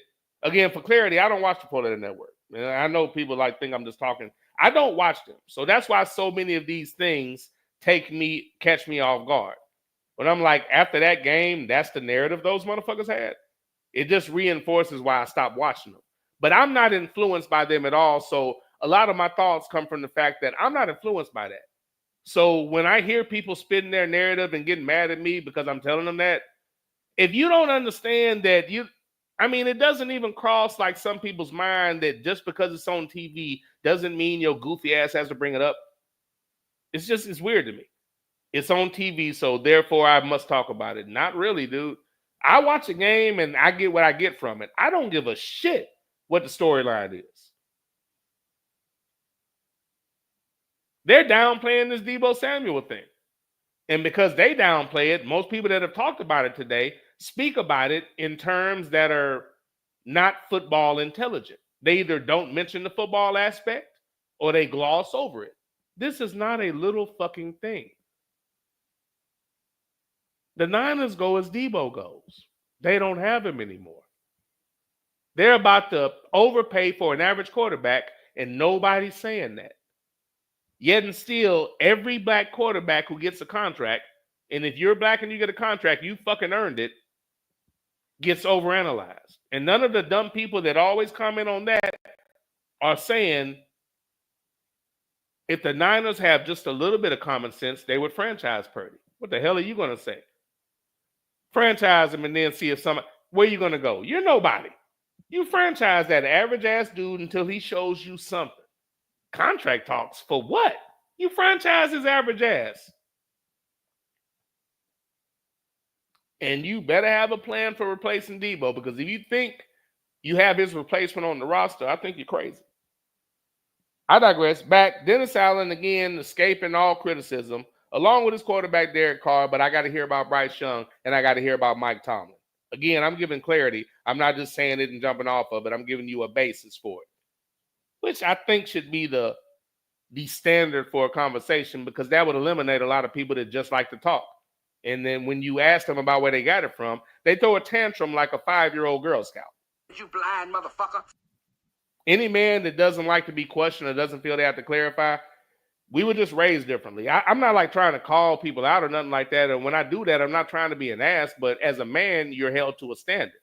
If as a man, you don't think you should be asked where you got that from or why did you say that, I just can't respect that, because I wasn't raised that way. You know, you get that from like your significant other sometime when they don't really want to, you know, say they were wrong or whatever. You know how they do.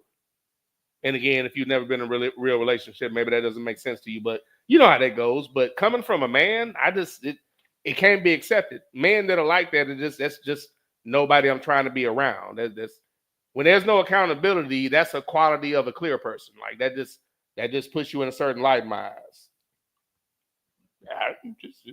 Here's what it is. The truth is for everybody, but everybody might not be for the truth. Coming aboard the train with his usual good evening, motherfucker. We have none other than a man that was here for my very first show. Continues to ride the train to this day. None other than my main man, JBJ. What's going on, sir? Thank you for coming aboard. Hope you are enjoying the ride thus far. Sluggo said, you got bitch-ass niggas like Shady McCoy who talk down on the enemy. You don't have to like him personally. His record speaks for itself. Yeah, facts. But again, the only reason those ninjas are on TV are to shit on other black people. Because if it's just them doing it, it's too obvious. Name one. Okay, never mind. I'm not even gonna bother. It is what it is. It's just I don't know. I lost my taste for that shit a long time ago. I have a whatever you want to call it. I just have a twerk. I have a not a twerk. I have a thing where I just don't deal with bullshit. Like if something is what it's supposed to be, you can't tell me otherwise without an explanation. I'm just not built like that. I guess that's why it's so hard for me to let me not. Well, fuck it. That's probably why it's so hard for me to go to church. I can't suspend my reality. Motherfucker. The truth is for everybody, but everybody might not be for the truth. I don't know why Sluggo always does this. Sluggo said to hear Nick tell it, even when the train derailed, JB was still a passenger. Stand down, sir. I'm not downplaying anybody else in there. All of y'all have been here damn near my entire fucking existence. But I have proof that he was here for the first show. And again, my first show, the very first show I ever did on the former platform, it dropped. That's when the platform was a little shaky. Maybe it was my internet, but it dropped. And I didn't have the forethought to know I'm going to be doing this 19 years later. I'm going to want to know who was in my very first show. I'm going to have all of this on a hard drive and keep it forever. I didn't know all this shit. So I erased that because the show dropped. And I lost, and like a lot of people were coming in, and a lot of them didn't come back to the chat room after that. You know what I'm saying? So it's a little disappointing, even though I got the first show off, but it was starting out really well. You know, it was kind of a thing. People knew I was going to do my first show that day. And when that first one dropped, it slowed the chat room down. And when I came back, I didn't even have 10 people in the chat. There were maybe 5 or 6 people. One of them was JBJ, and the majority of the other ones don't even listen to the show anymore. That's just the truth. But I always get jokes about that. Stand down, Sluggo. Stand down. And you know what? And I know what y'all are going to say, but even though I do have clarity and I'm glad to be back on, what I will do is I will come back, and I know I've said this. I'm going to give you some more shows this week because I'm not going for a long time this evening because I started so late. And I'm looking now at what I want to talk about, and I see where this is going. And I know that I'm not going to go. I'm not going to get off. I'm not going to be done tonight at midnight and all of that shit. I'm not going to do that. I'm not going to do that right now. But I am going to continue. I do have some more to talk about. And I thank y'all for rolling with me. I do appreciate it. Will Levis.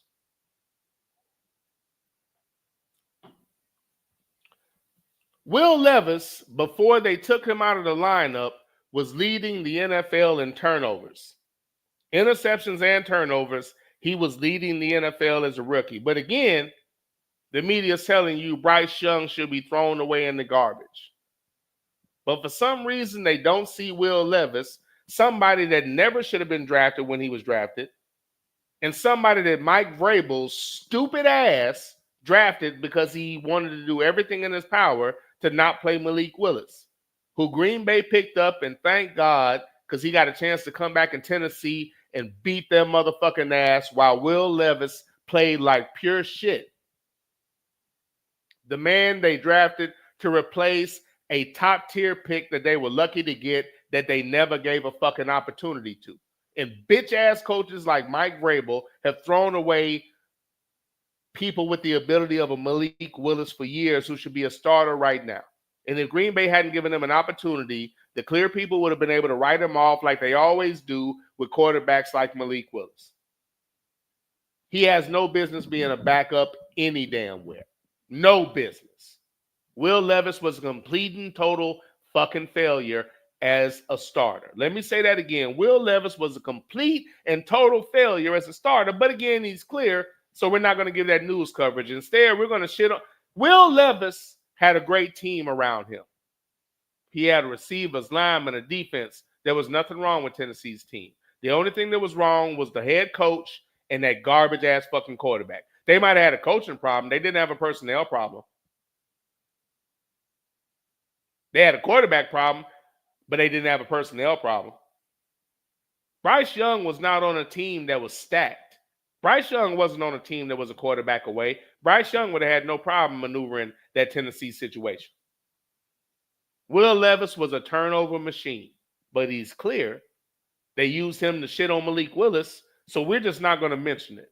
The only reason they brought up Malik Willis and gave him credit is because he made them fucking do it. I never thought Green Bay was in trouble when their quarterback got hurt. I hated it for him, but I said, this is a great opportunity for Malik Willis, and I know what he can do because I'm one of the very few people that actually watch preseason. They watch these games where quarterbacks like him get to play. I saw what that man could do. It's just opportunity. And I watch quarterbacks like Malik Willis never get opportunities. And most dumb people just go with the same stupid, brain-dead ass fucking cliche, he sucks and all that stupid shit. And it's annoying to me. If you didn't take the time to watch, the least you can do is not have an opinion, but this training and programming given to you by the worst people that have ever fucking lived, you don't even realize you're being programmed to think like them, and you should be disgusted with that.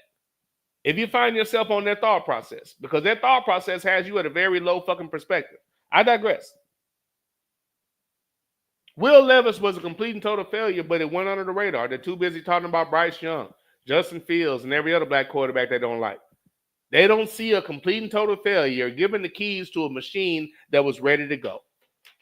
The Tennessee Titans weren't good because Will Levis wasn't worth a damn. And the only thing that stopped him from breaking the turnover record as a rookie was the team benching him because he sucked that much. Not one word of criticism. The only thing they did was start kissing the clear dude's ass that they put in instead of him. No criticism for a motherfucker leading the league in turnovers They just transferred the, okay, now we like this one. Giving clarity as to why these motherfuckers have no credibility with me.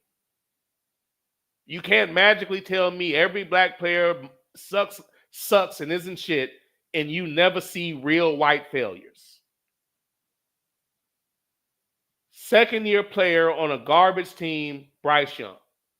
Will Levis on a great team, he's holding them back because he can't stop turning the ball over. And the only one that gets news coverage is the one that doesn't need suntan lotion.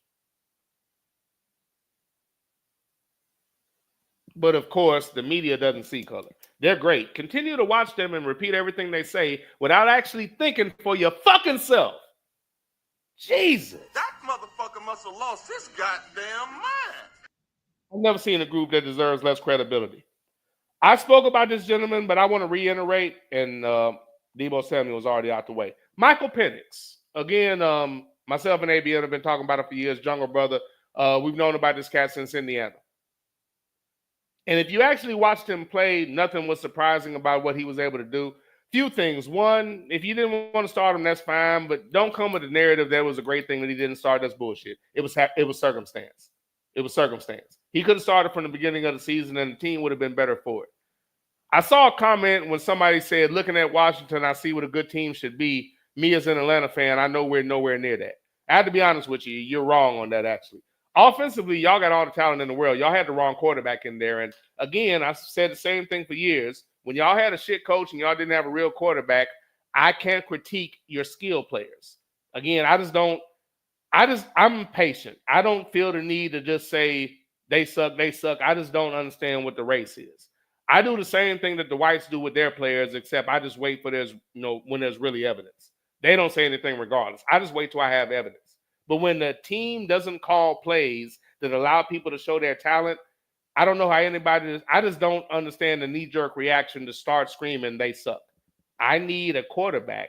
I need plays called to where this player has an opportunity to make plays, and then I'll tell you if they suck. That's just me. I've always been that way. I'm consistent. I never jump the gun with that because there's no need.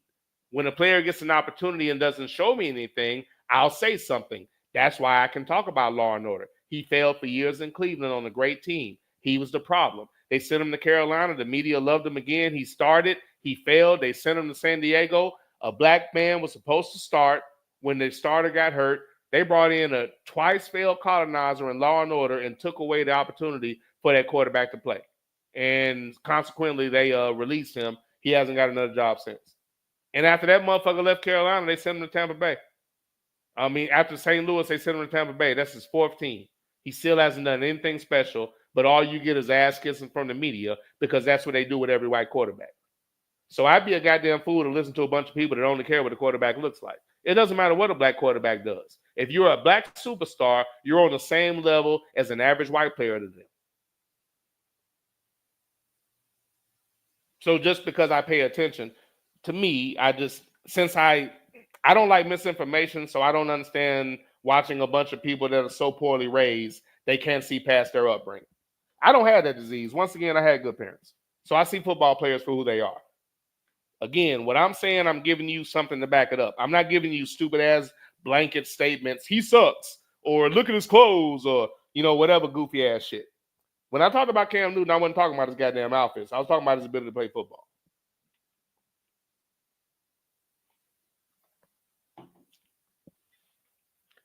Kicker for who is it? Kicker for Kansas City said, hey, women, shut the fuck up, stop working, go home, have my baby. Perfectly fine.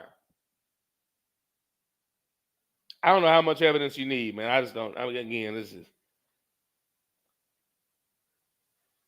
Cam Newton giggled because a woman asked a question about football. And he was surprised that she asked the type of question she asked. And the media took that to say he hates women. He's insulting women.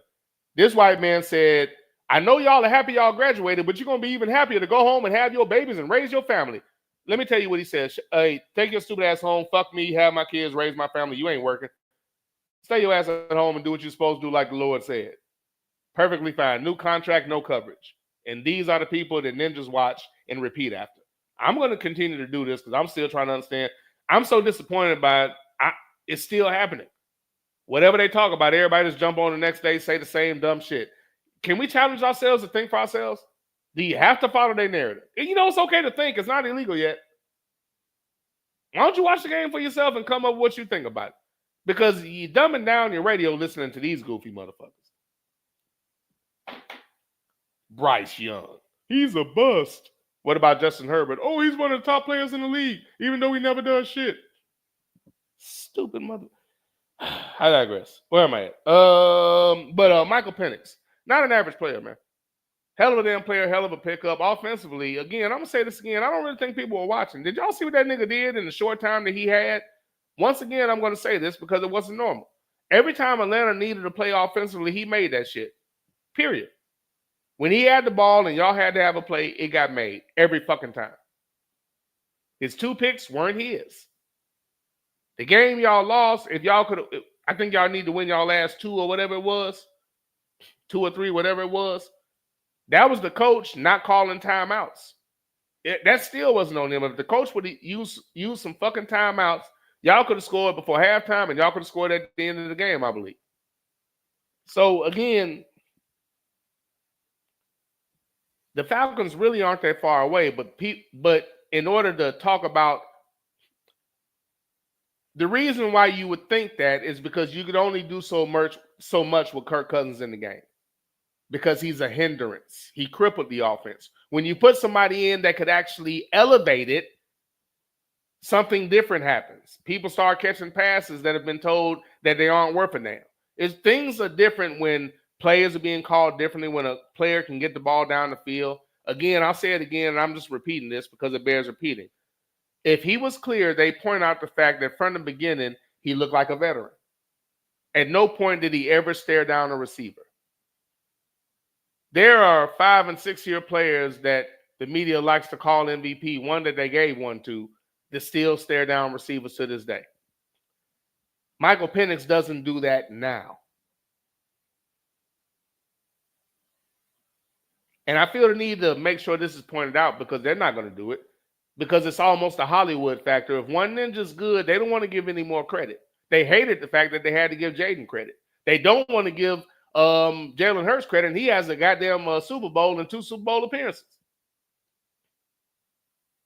They can't because it goes against everything they believe in. Back to football. Michael Penix is special. Atlanta enjoyed that, and from the beginning, it was always a smart pick. I stuck to that because it was nothing to stick to. It was common sense. But again, the narrative from the ignorant ass, stupid, worthless, for a large part, non-bathing media is what a dumb pick. How come you didn't get something for this old ass elderly colonizer? And again, because so many people can't think for themselves, most people didn't talk about the fact the only thing that needed to be said, even if you're going to say Kirk is going to start because they paid him, you should be focusing on how dumb that was. And you should be saying things like, they're not going to be as good as they should be because they should start this dude. And from the beginning, people wouldn't say that, and that just tells me you really don't watch college football. But I digress. Offensively, Atlanta, there's nothing wrong with Atlanta. The coordinator actually did a good job calling plays. He let Michael Penix play. Little close to the vest early on. The media saying what they always say. Same stupid shit they would have said about Jaden Daniels. The only difference, like they always say that, oh, this is smart, don't do too much and all that. That's just speak. That's just speak. That's the same dumb shit they would have been saying about Jaden Daniels if they never would have let the ninja play. But Michael Penix isn't average. Y'all are going to be fine offensively. Disappointed y'all didn't hire Steve Wilkes, somebody like that being available. You jump on that. It's not even a thought. But we'll see. You don't have to have the best defense. You just have to have a productive defense. That's all. The offense is going to move. You should find ways to be even more efficient. You have Penix for a whole off season. You should even add more to the offense. As far the other thing about it to me, the offense wasn't bad. You got protection. You had a good line. You got stud running backs. You got top tier receivers, tight end. You just had to have a coach that could actually call plays and a quarterback that can deliver the ball.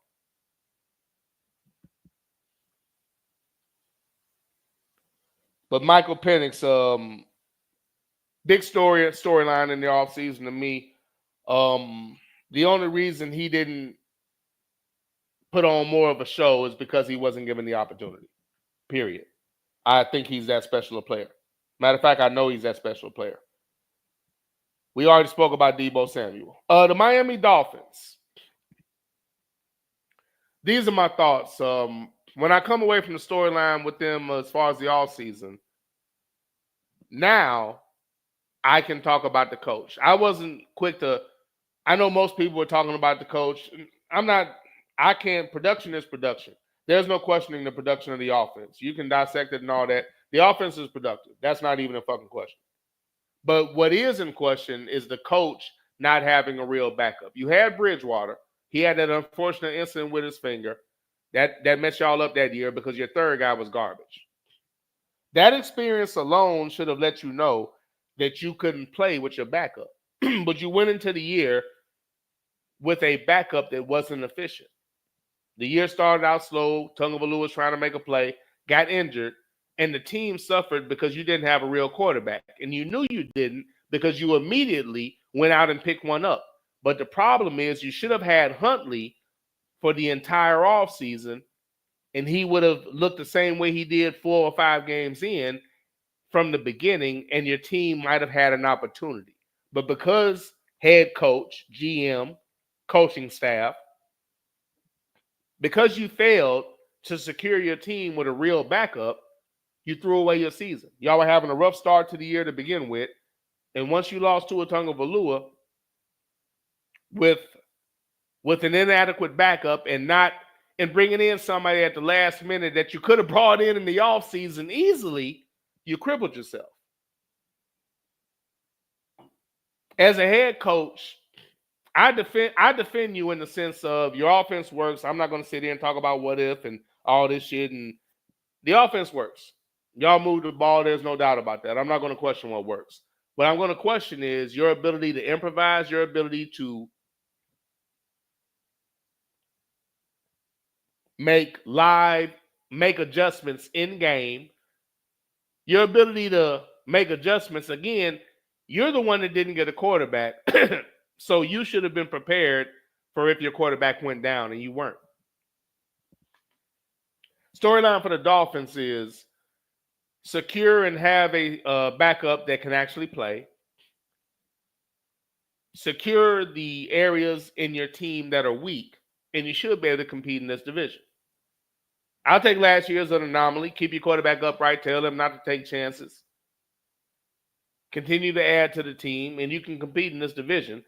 And I'll give my reasons as to why I think so as far as these other teams and what they're doing. But Miami, this is a year I'm looking at their head coach.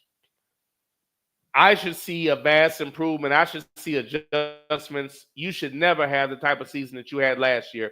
It took way too long for you to right the ship, and anybody could see your main problem that you had coming. As a head coach, that's unacceptable. So I look for Miami to improve greatly. If not, they should start taking a look at their head coach. And again, I don't want that to necessarily happen because the offense works for Tagovailoa. It's productive. I think you should be able to build around that. But he has to have accountability this year. And if whether he has his quarterback upright all year or not, they should compete this year. They should be able to be a playoff team. Tampa Bay, and let me say this and I'll jump into read some of this chat. And 1 second, I still don't have a cough button.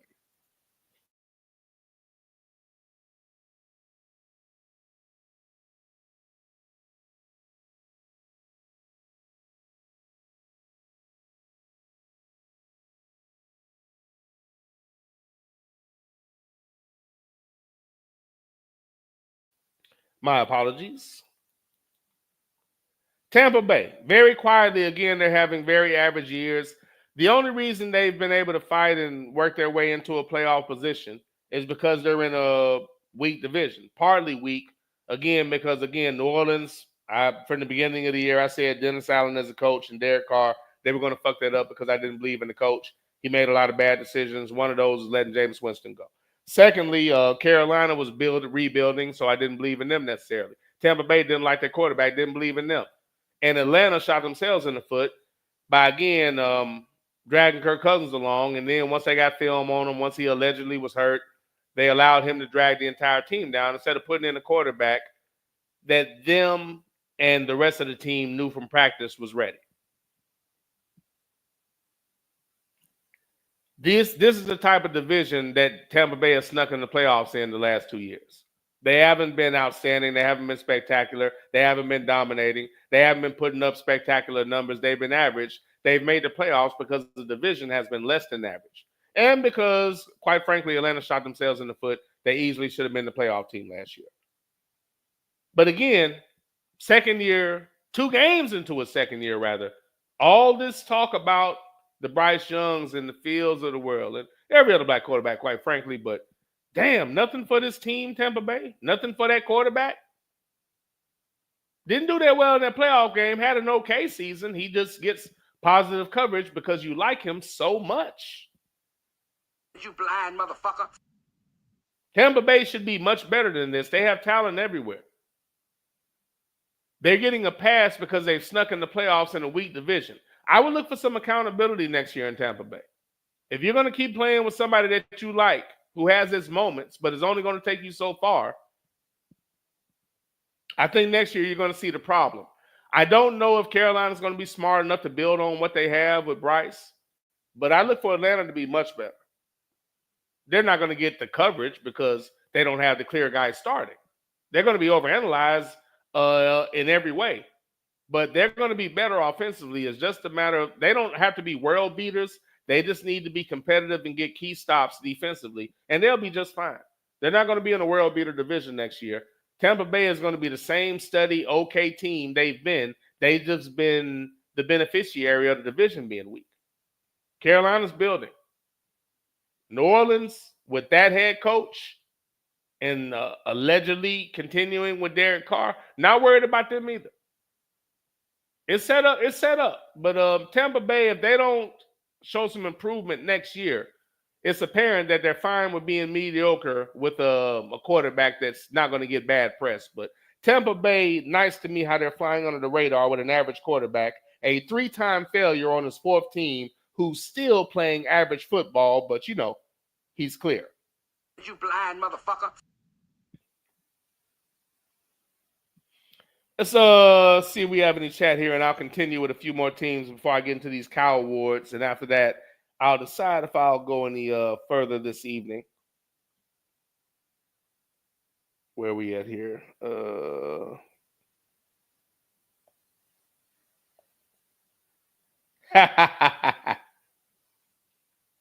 JBJ said, been down since day one. You're right. It's fact. And that's true. That's true. They got jokes. It's all good. But again, man, I got day ones all over the chat room.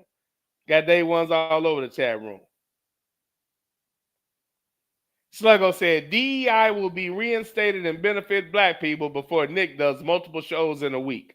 That is not true, sir. You're acting like I'm not someone who will do multiple shows, sir. I will do multiple shows in a heartbeat, but I was not encouraged and definitely not motivated to do them when I didn't have audio clarity. So with audio clarity, I will jump at the opportunity, sir. I will be able to start at a much earlier time, which will actually benefit me as well. So all of these things will help, sir. And also another thing, I still luckily have the ability to work on my sound bites. So I have all of my shows separated by year. 2016 to 2024, I have them all separated by year. And now I have soundbite folders that I'm giving specific names to and folders for my skits and things of that nature. So as I get that in order, it's going to make it easier for me to go back and grab things. And eventually, man, I'll get in the groove. So I believe this format, if I have audio clarity, is going to work. As JBJ said, been down since day one. You're right. It's fact. You're right. It's fact. Sluggo said, who's the coach in Tennessee?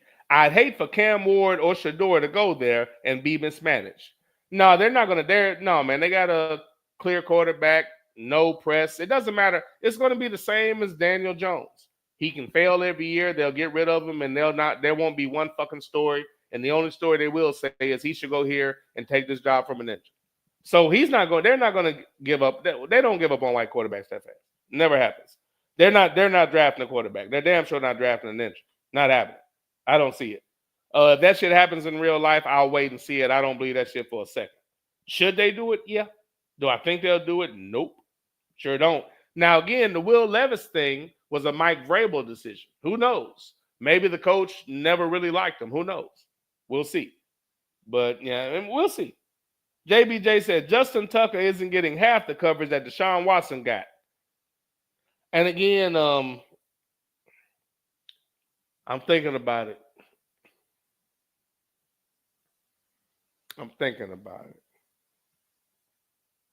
Not yet. That one's not in the queue, man. That one's not in the queue. But you know what? That one's not in the queue, but I'm sure there's something that's available. But again, and I spoke about this point. I'll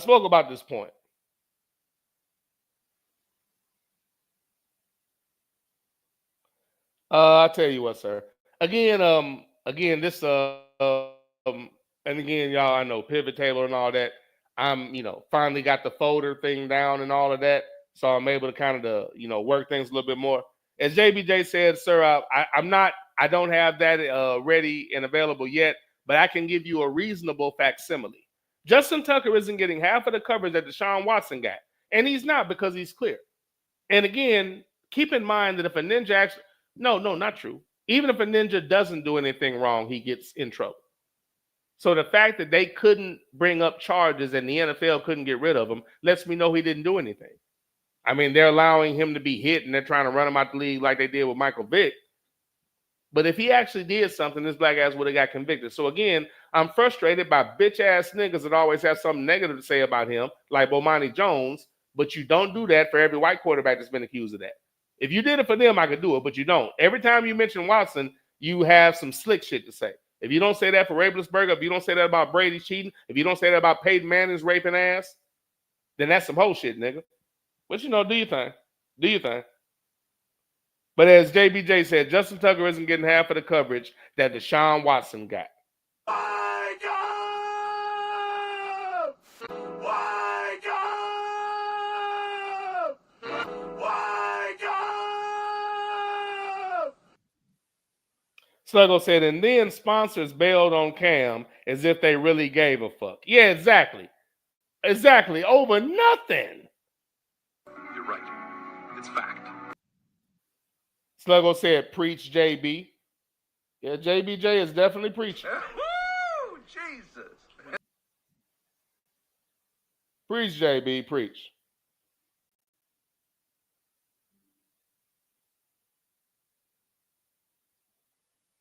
Yeah, okay, sorry, this damn thing giving me notifications at a weird time. Amen, preacher. Preach, JB. ABM said, JB, that kicker gets the coverage of a quarterback. Let me see. Stop it, get some help. I see stories daily on Tucker and the print media. ABM, nah, bro. Let's be clear. This is for clarity. The entire narrative that he's not going to get that coverage because he's a quarterback, that's 100% bullshit. And I'm tripping that anybody will repeat that. I don't give a fuck if the fourth string special team player on the team did that shit. If he's black, he's getting primetime coverage. If y'all don't believe that, then y'all live in a different America than I do. I've heard that narrative, and it's funny to me that was repeated. I don't think that has any validity whatsoever. This has nothing to do with the fact that Watson is a quarterback and he's a goddamn kicker. Bullshit. Watson's a ninja and he's white. There's nothing else. Trying to throw this off as he's a quarterback is bullshit. Yes, any ninja, regardless of position, if he did that, there would be coverage. He wouldn't have to be a star. He wouldn't have to be anybody. When ninjas aren't even in the league anymore and they get a ticket, that shit makes sports sense. So that shit has no clarity for me for all the reasons I just said earlier and all the examples I gave. That's cute, but it's bullshit. That's cute, but it's bullshit. It doesn't have a fucking thing to do with him being a kicker. He's white. Period. It's the same goddamn bullshit accusation. And the point of that, if you actually remember, the thing that they kept saying is it's because we care about women. So we can throw away the position.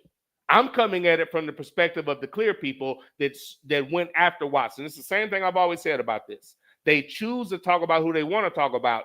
What that means is when they do it, they're purposely trying to hurt that person. They wanted to hurt Watson. They don't want to hurt Tucker. It's that simple. There's nothing else. Anything else is just trying to explain this the way it makes sense of something that doesn't make sense. You don't have to overthink this. The truth is for everybody, but everybody might not be for the truth. This has nothing to do with positions at all. Ben Roethlisberger had three rape accusations, I think, in 2 years. He was a quarterback. It got coverage, but Watson got more coverage for accusations than he did for shit that had proof. There's too much evidence. Brett Favre got accused of sexual assault by the massage therapist while his wife had cancer. They could have destroyed him. He was a quarterback. This ain't got nothing to do with position. Let's not put that false narrative out there. These people don't deserve that.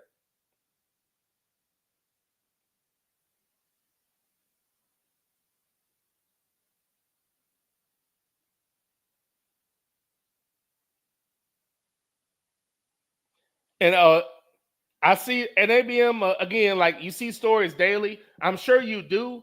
But again, it's the false equivalence thing. You've done that to me a few times. And again, you're consistent, but it's not even close to Watson. And that's the point we're making. So to even put that out there is just causing confusion. So there's no reason to do that. It's not close to what Watson got. And it's not because of position. It can't be because they care about women. And again, I'm going off of their words. I'm hanging them with their words.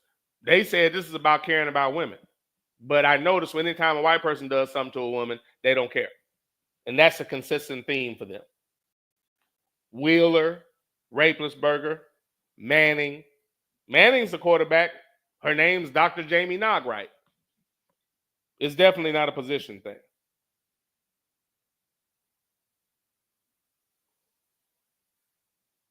Sluggo said Penix has played a lot of football, and somehow they hold that against him with the talking points that he'll be old before he gets a chance. Yeah, that's a really dumb talking point. But again, to me, they just don't have, to me. Who told you that? The reason why I think they can get away with that is because they know most people either don't know football or most people, quite frankly, are stupid. Because you have to be stupid to listen to that shit. There will be two players with the exact same situation, and they will have different opinions about it, and people take it seriously. And again, I think just for me, I got a different look at it because I don't watch them at all. So I'm literally not influenced, and I think that just gives me a different look. And I'm not saying everybody's influenced by what they're seeing, but when you watch that bullshit enough, you usually go with one of their dumbass narratives. What's the stupid shit? You know, if you're a real player, eventually you're going to do something. You can't blame it on the refs. You know, all the stupid shit that they say that leaves out all the detail. If that shit's true, just give me the whole story about what happened. Don't give me that fucking cliche.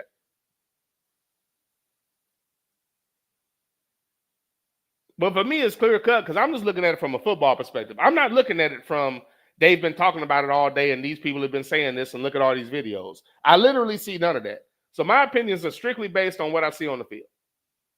So anything that I can't see from an X and O standpoint, I don't give a fuck about. That's why I don't talk about speculative things. I can give you X's and O's. All the rest of the shit I don't really care about. But yeah, with Penix, it's a negative that he's played a lot of football, but they love it for Bo Nix, who can't hold his jockstrap, who can't even come close to holding his jockstrap. But Bo Nix started all year. Oh, okay. Again, Bo Nix and J.J. McCarthy, I think 5th and 6th or 6th and 7th quarterback taken. I think they were the 5th and 6th, no later than 6th and 7th quarterback taken. Those two are nowhere near the 5th or 6th best quarterbacks in that damn draft. And they got taken without anybody blinking. But the one player they were overanalyzing at the beginning that drove me crazy was Michael Penix. And you did that with McCarthy and Nix being taken in the first round. That's fucking laughable. That's fucking laughable. With those resumes, to overanalyze the person that was actually qualified and look over it, at any rate, man. At any rate. ABM said, unfortunately, plays for the Falcons and Raheem is his head coach. I know there are a lot of Raheem fans, but he needs to do much better. I'll tell you my main criticism for him, clock management in that one game before half and at the end of the game, there was no excuse for that. They had 2 and 3 timeouts, and they didn't use any of them, and they were just letting the clock tick down for no reason whatsoever. I didn't understand that shit at all. And you took too long to put Michael Penix in the game. Now, I will say I think he's the one that drafted him because they were definitely trying to put it on him when they were saying it was a bad move. Not because it was a bad move, it's because they were worried about their clear quarterback not playing. They love elderly white people, but a young black phenom, I don't want him. So elderly white man is not elderly, but a veteran, a seasoned college player when the same clear people used to want you to stay in school. Now we don't like that. And I got to listen to dumb ninjas talk about his knees. It's just, I hate that normalcy has become, I'm going to repeat what I heard. That's become normalcy. You can hardly have a conversation with most people. Most people just repeat the shit they say on TV, and they do it like they know what they're talking about. I'm trying to remember who I was, when I was telling people that Indiana shouldn't have been in, I didn't think Indiana should be in, Boise shouldn't have gotten a pass. The response I got was, they went such and such. I said, I'm fully aware of their record. I watch football every week. But because I watch it, I know they didn't play anybody. Telling me their record is some TV watching shit. How many of their fucking games did you watch? Chubby ass nigga. At any rate, I digress. But this is people that don't even watch the game come at you with shit that don't matter. You talking to me about a record in a weak conference? Yeah, they were in the Big Ten. And they had a weak ass schedule. Their schedule was weaker than ours, and our schedule wasn't shit. It wasn't shocking that they got their doors blowed off by another team that wasn't that fucking good, and I didn't think should have been in either. But because of the way the tournament was set up, Notre Dame had a very nice path. And the Georgia game, I thought they were going to lose. Georgia lost because they wanted to make a superstar out of their little short-ass quarterback that they like. It was more important for Kirby to let that quarterback play than it was to win the game. That's why they lost. At any rate, what the hell was I at? But yeah, that shit with the timeouts, I can't excuse that. And waiting so long for Michael Penix, I can't excuse that. But those timeouts, I think we were watching that game, or I was doing a show. I think I was doing a show. No, I wasn't. But I had to have been doing the show. Because I'm usually not in the text thread because I'm too busy watching the game. But I just remember watching that saying, I think I was sitting in text. So for whatever reason, we were all watching the game as it was happening. And I just kept saying, why the fuck is he not using his timeouts? They had like all 3 of them. Penix was moving the ball, and they were just unnecessarily letting the clock tick away. They ended up with a field goal because they ran out of time, and they didn't have to. If they just would have used the timeouts, I'm confident they would have scored. And he did the same shit at the end of the game. There was no excuse for that. That was weird. I really didn't understand that. I'm like, why is he just letting the clock tick away? It's like they don't want to win. The shit was really, I have no explanation for that. Yeah, so he has to do better, man. He has to do better. Sluggo said Terry and Raheem better figure it out because they won't be afforded a lot of time to right the ship. You right about that shit. You right about that shit. They better get it right. They lucky they get another year here. Every other ninja got fired in 1 year. Is Raheem the only ninja that got a second year? I mean, outside of, my man for the Texans. He was kind of established already, but Tomlin. But as far as like new coaches, isn't Raheem the only ninja that didn't get axed after 1 year? Didn't they axe every other ninja after 1 year? So yeah, I mean it's relevant. It shouldn't have been, but every other ninja got the damn chop. ABM said Jamasia Ford in South Carolina 200 meter is a bad, Lord have mercy. Oh, you watching that college track. JBJ said, not through the mainstream, Maurice. Y'all stupid. Not through the mainstream, Maurice. You blind motherfucker. Tucker isn't a quarterback, but he's arguably the best kicker of all time. You blind motherfucker. And yeah, and maybe I guess maybe that problems he was having at the house is the reason he was missing so many routine kicks. ABM said, did the Falcon fans buy Raheem a clock?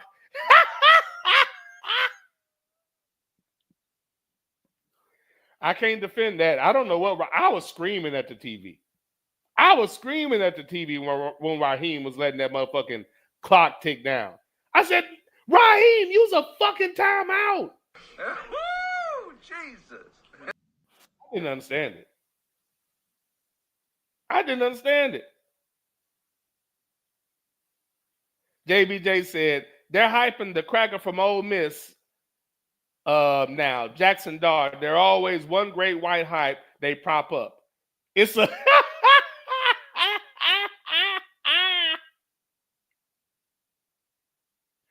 Oh, that's funny. But that's true though. Every year they hype one up. Every year, every single year, one gets hyped up to the umpteenth degree.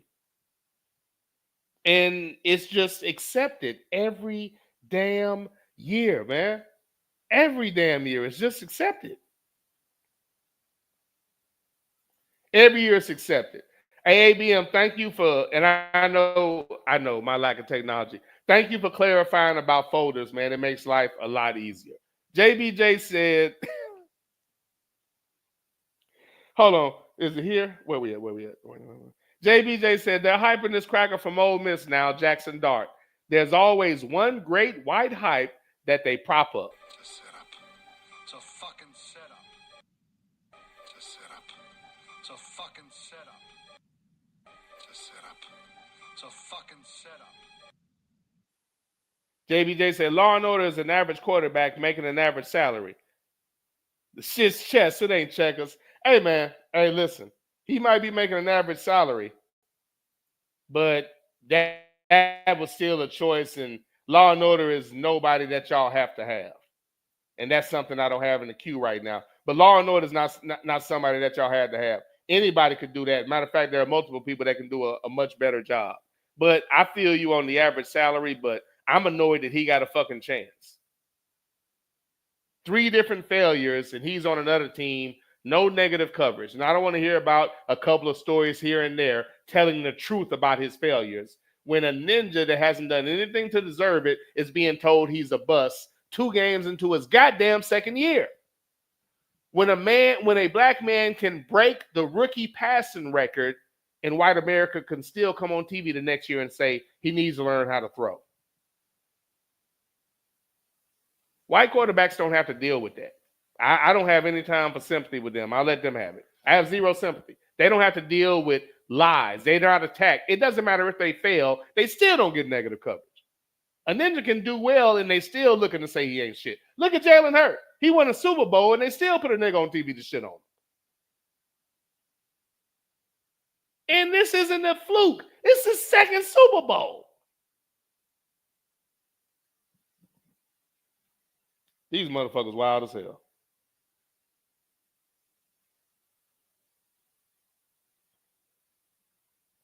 JBJ is on one. JBJ is on one.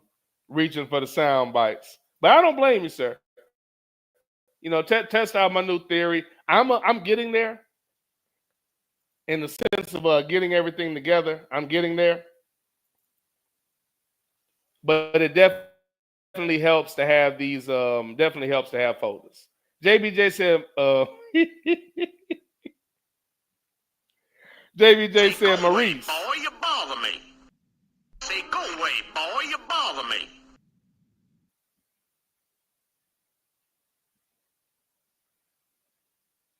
ABM said, I figured out you are mainstream, JB Gator. I figured out you are mainstream, JB Gator. JBJ said, Maurice. not in the repertoire yet, sir. Come on, man. We're supposed to be brothers. JBJ said, Maurice, I know you've been impressed with Gator hoops. Round ball talk. Sluggo said, didn't the Ole Miss quarterback throw 5 or 6 interceptions in the game? Or am I tripping? Yeah, he did, but when they do it, it's just a learning thing. When a black quarterback does it, they talk about it for a month and then just get on there and talk about how sorry they are and they don't care that they black and it's all about football. But, you know, when those cats do it, they don't cover it. Therefore, it doesn't get talked about. But, yeah, you're right, sir. He did. He did. He did. Oh, I think I missed the chat.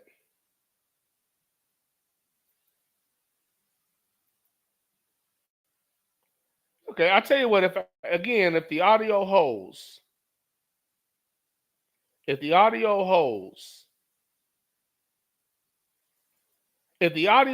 man, I think this platform is gonna make it. I think this platform is gonna make it. JBJ said Maurice. Something wrong? Yeah. It's just too bad you don't know what it is. Brother. Luckily, my stuff is still available, my old shows, so I'm able to organize the sound bites a lot easier, taking them off the original platform. I may even keep doing that when the show is over with. So shout out to Maurice helping me out with the folder situation. Makes it a lot easier because really I was drawing a lot of that shit. The way I used to run my shit, I could do it from memory. I just knew I had my shit set up a certain way so I could just get to my sound bites. But because with Spreaker, I could put all that shit in my studio, so I didn't have to go get it. It was just there. With this, I can't put everything in here.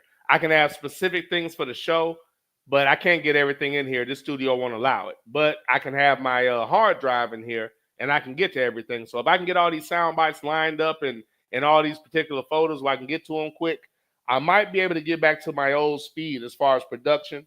So I might be able to get back to my old production. JBJ says, Sluggo, I think he threw 3 versus the mighty Gators. ABM speaking on the round ball. JB, they've been up and down, but they have a chance to make a deep tournament run. All right, let me continue with some of the stories from the offseason. The New England Cheatriots.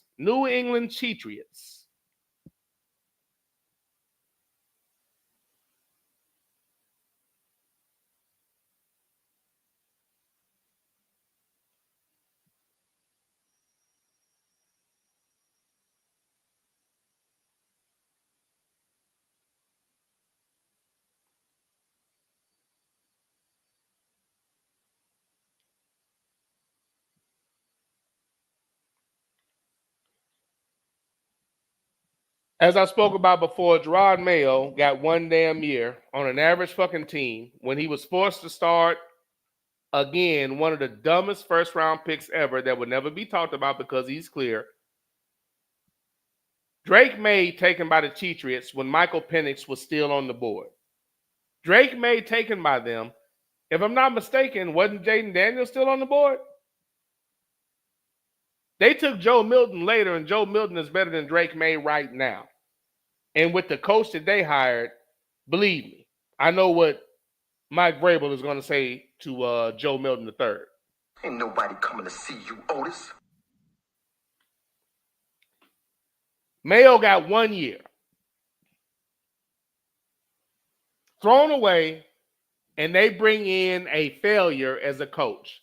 A coach that, if you were actually watching, ran Tennessee into the ground by not doing what was best for the team, which was transitioning from a horrible Tannehill to a real threat and potential phenom in Malik Willis that he never gave an opportunity to because of his own personal reasons. Hired a OC that was average that got a head coaching job on the legs of Derrick Henry. By the way, Derrick Henry, all-time great running back that stupid-ass Mike Vrabel didn't even want to start. He brought a running back from New England. He's a fucking idiot. He's not a smart head coach. New England hired him because they like him and the way he looks, and they deserve everything they get. I just hate that Joe Milton is never going to get a real opportunity because Drake May will never get pulled out of that game with that asshole as a head coach. New England has secured being mediocre in that division for many more years to come. Mike Vrabel's a fucking idiot. And without being able to film other teams and all the other cheating shit that y'all did to skate by with the help of the NFL, what are you going to do when you put in one of the worst first-round picks that should be talked about? I can't remember if Daniels was gone or not, but I know Penix wasn't. And you purposely took Drake May. Wow. You purposely hired Mike Vrabel after watching him run Tennessee into the fucking ground based on his apparent dislike for one player. Mike Vrabel is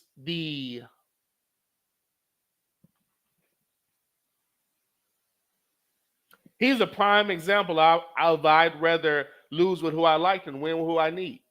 I watched Malik Willis pick the team up, and I watched that man run down the sideline and tell the OC to stop calling plays. And they threw away their entire season because they wouldn't let that nigga play.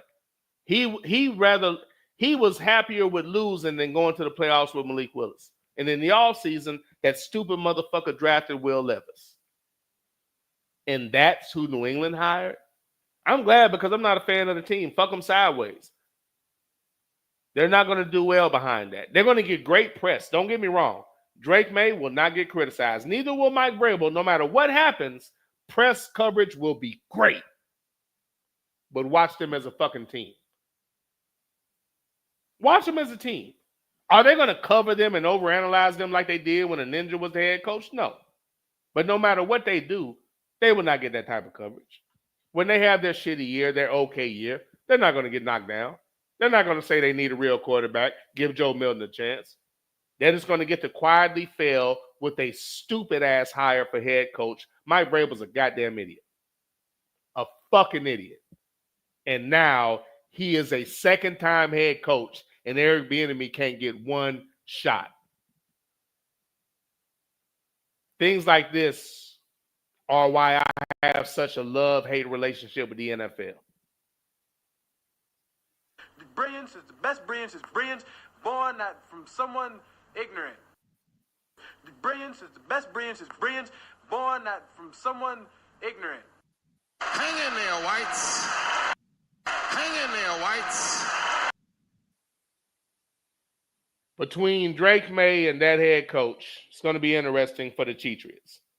But the one thing they will get now is the benefit of a doubt and time, and they won't have to deal with microanalyzation, especially with a quarterback that should be getting talked about is why would you take something like – there should be some perspective on why the fuck you would – Drake May, Bo Nix, who ended up having a decent year, but if you're talking about beforehand and what they did in college, May, Nix, and the motherfucker from that school up north being taken where they were taken is a goddamn joke. But they've convinced the world that made sense, and that Joe Milton being taken in later rounds made sense. It's fucking crazy to me. But again, these cats get help. Who knows? If they can have a decent team, they can have a chance because you get the benefit of the media. You're going to get a couple calls here and there. So who knows? They might be okay one day. Maybe he'll find a way to film teams like they used to back in the day. But New England, I definitely have to mention that was an incredibly dumb hire. They doubled down. They drafted Drake May, one of the worst draft picks in the fucking draft that would never be talked about. Then they fired Mayo after 1 year and brought in Mike Vrabel, a coach that literally ran Tennessee into the ground. They were set up to win that division. Everybody else was rebuilding, and that motherfucker lost about 8 to 10 games in a row, and the media never said shit. Why? He's clear. Here's what it is. Wake up! Wake up! Wake up! The New York Jets. Not a lot here, but what I will say is it's interesting that y'all seem to put y'all team on hold for an elderly white person who was a great player and who ended up having a decent year, but that's a stupid reason to put your team on hold. Why didn't you draft somebody when you knew Darnold was a failure? Why didn't you pick up a good free agent in that first year? When he was hurt that first year, you should have brought in a real quarterback then, but you were willing to throw away your entire season to wait on an elderly Caucasian. It was stupid. And then the next year, you want to bitch him at one point and blame him for shit. So I don't know if it was an emotional decision or what you were doing, but not smart moves from an organizational standpoint. If you're going to ride and die on the elderly Caucasian, then do it. But you change your mind the very next damn year. It'll be interesting to see what direction you go in. You have the opportunity to get a real quarterback. Apparently, you don't want one. I'll see what y'all do in the offseason, who you're looking to start, what you're going to do with that position. But the Jets had several opportunities to draft several quality quarterbacks, and they've chosen not to do so. Maybe they'll go after another elderly Caucasian. Maybe something has happened that I'm not familiar with. But what I do understand is as a team, they make horrible decisions. And these decisions have crippled them for the last 2 seasons. But again, to very limited coverage. Very, very limited coverage, considering the way that they played for the past 2 seasons.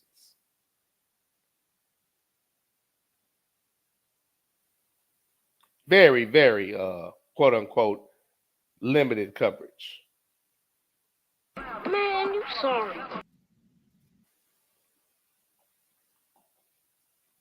And for today, I'll stop with this one. Green Bay. Much like Light Skywalker, I agree that Green Bay is a very good team and is going to be good for years. This past year was very, very circumstantial. The injury to Jordan Love, which again allowed Malik Willis to come in and shine, I was very happy about that. Again, I said this during the season. It's a comedian once said this. I think maybe it was Dave Chappelle. He said he loves comedy so much that he doesn't necessarily like watching other people doing it. Because when he's watching them, all he's thinking to himself, he said watching other people do comedy for him is like watching somebody fuck his girl. And all you're thinking the whole time is, no, I fuck her better than that. And that's what Jordan Love was thinking watching Malik Willis. He's secure, he has his contract, but despite bullshit media coverage, Jordan Love and that team, they know who the fuck that dude is. And as much as a team player as he wants to be and as happy as he probably was for him, the whole time he's thinking, stop fucking my girl like that. Did he just turn her over? Hey, coach, I'm ready. He wasn't with it. But that happened, and that was a good thing for Malik Willis. So it took him a second to get his legs up under him. Once he did, they were rolling again. I felt like with Malik Willis, he probably could have waited a couple more games and been fine. But again, who wants to watch somebody else fuck their girl? So I understand. Secondly, they had to deal with injuries throughout the year, which everybody does. But the one that really hurt them, and I know the jokes and everything, he's always hurt. But their top receiver had a very good year. He might have been out for a second and came back, had a very good year. And out of nowhere, a non-contact injury, literally, I think in the last game of the year, or maybe the second to the last, but it was very much the end of the year. They lost their top guy, and having to deal, I think, with other injuries and maybe not being prepared for that, it really threw off the way they wanted to run their offense. And it didn't help. If I remember correctly, they ran into Philadelphia in that fucking defense. So not having your top weapon didn't help, especially when you expected to have him, and the injury came out of nowhere. And again, I get it, all the jokes, he's always hurt. But this particular season, he had a good year, and they had every expectation that he was going to be on the field. So it was really bad time, and starting out slow with Love, well, not really starting out slow with Love getting hurt because Malik Willis came in, but when he came back early, they were, a little shaky for a second before they righted the ship.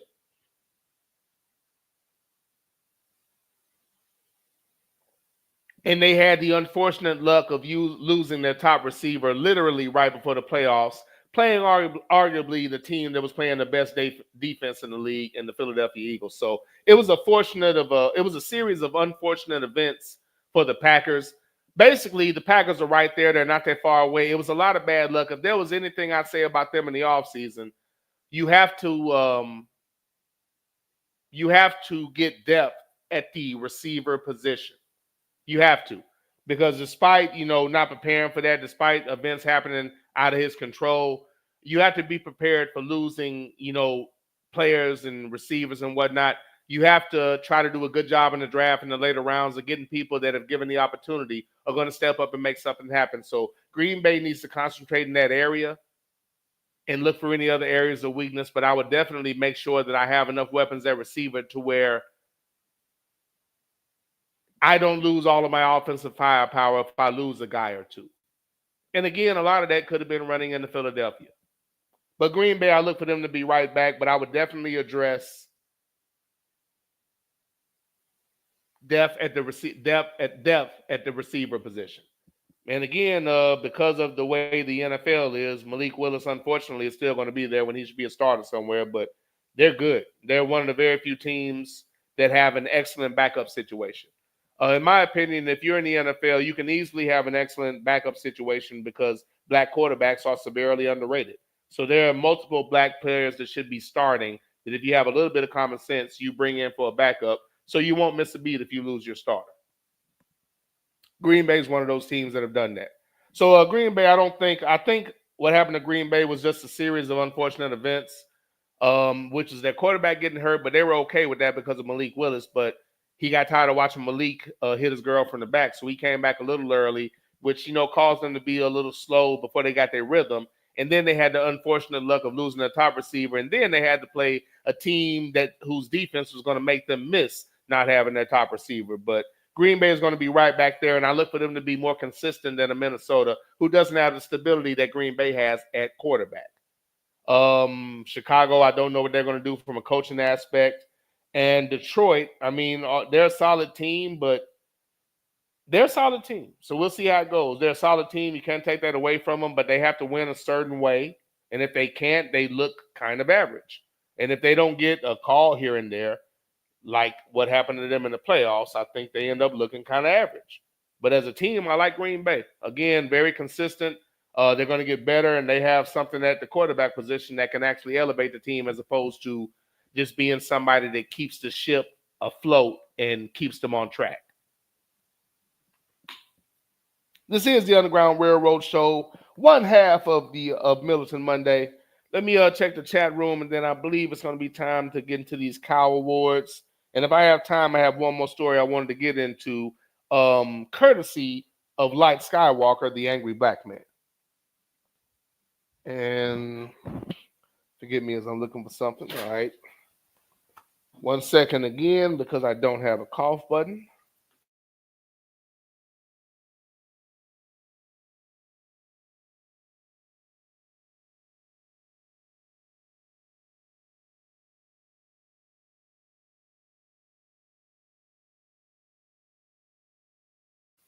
My apologies. All right.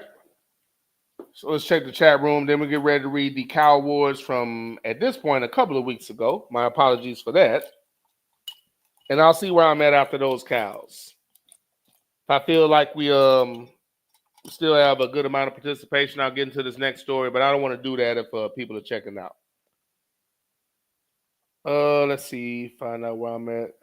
Right there, right there, right there.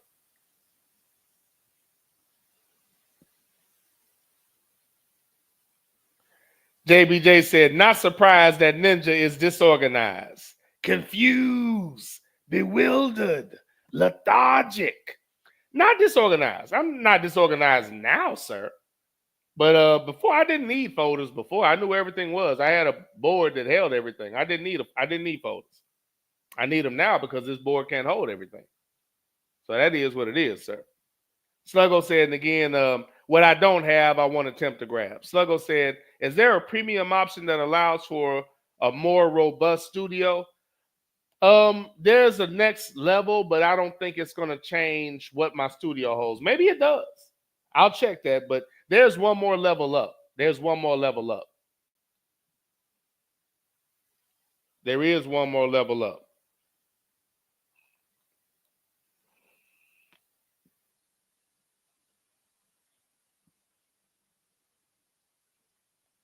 There is one more level up, sir. JBJ said, yeah, they have a small backcourt and they are streaky. Round ball talk. Excuse me. ABM said it will be an interesting tournament, wide open in my opinion. The only reason I'm reading college basketball talk is because for the last 2 years I filled out a bracket for the first time in life. And it's been an interesting process. ABM said these ninjas from the motherland are dominating the distance races at the SEC Indoor Championships. Again, if I have time, I'll get to my track story. ABM said DC football team should sign Darius Slade once the Eagles formally release him. ABM, that is a great. ABM, you could be a GM. Yeah, Darius Slade would be a great, a productive pickup and a veteran presence. So he'd be a good pickup because he's a good player and a veteran presence. So I agree, sir. I agree. That boy is good.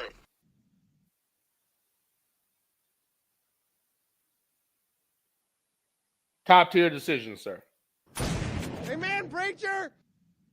JBJ said New England brought in Leftwich and Pep Hamilton before hiring Vrabel. They brought in two people that were better. You brought in two people more qualified than Vrabel? New England brought in Leftwich and Pep Hamilton before hiring Vrabel. Those ignorant ninjas were defending the process, yelling, Mr. Kraft, Mr. Kraft is good white folk, boy. House niggas don't have a clue. You house niggas don't have a clue. You house niggas don't have a clue. You gonna get us in trouble. A lot of you house niggas are scared. A lot of you house niggas are scared. You black, you live in America, you in trouble. I can't get you in no trouble. I need a nigga. I need a nigga. I apologize.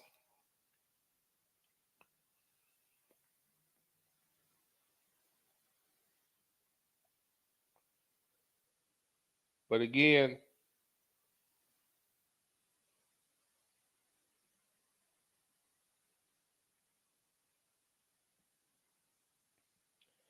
I didn't know that. Leftwich and Pep Hamilton, and then you hired Mike Vrabel. What fucking sense does that make? What sense does that make? Okay, man. This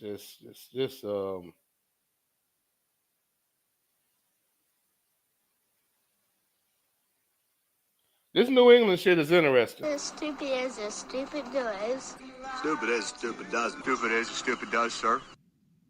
As stupid as a stupid does. Stupid as stupid does. Stupid as stupid does, sir. Sluggo said, what's going on in Pittsburgh as far as the quarterback position? I'm of the assumption that Justin Fields is going to be starting next year. Now, of course, in the mainstream, you're not going to get that. I mean, if you listen to the mainstream, Kenny Pickett was supposed to start over Jalen Hurts. So I don't look for that as a source, but I would assume they're about to start Fields. Anything other than that would be stupid. As far as I know, Russell Wilson's gone, but that's my assumption. To be honest, I haven't looked into it, but that's my assumption.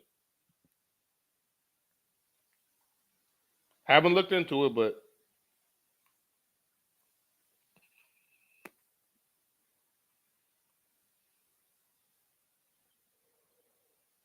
that's my assumption. Hopefully I'm not wrong.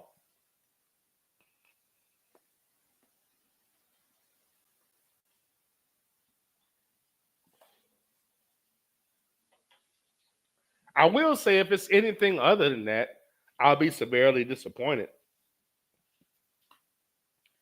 ABM says, Sluggo, Pittsburgh doesn't have a clue. The owner wants to re-sign Fields, but so far nothing is done. The media is mentioning every veteran available as Steelers' choice at quarterback. Yeah, I've noticed that. First, Mike Tomlin should be fired, and now that he's not fired, they want him to bring in a veteran white quarterback. Fields should be the starter, and that's it. Again, okay. Bo Nix starting, Drake May, all that's fine. Justin Fields, let's overanalyze that. Okay. He looks harmless, pathetic even, weak chin, pale complexion, but I assure you he's dangerous. I like the soundbite on the low. He looks harmless, pathetic even, weak chin, pale complexion, but I assure you he's dangerous.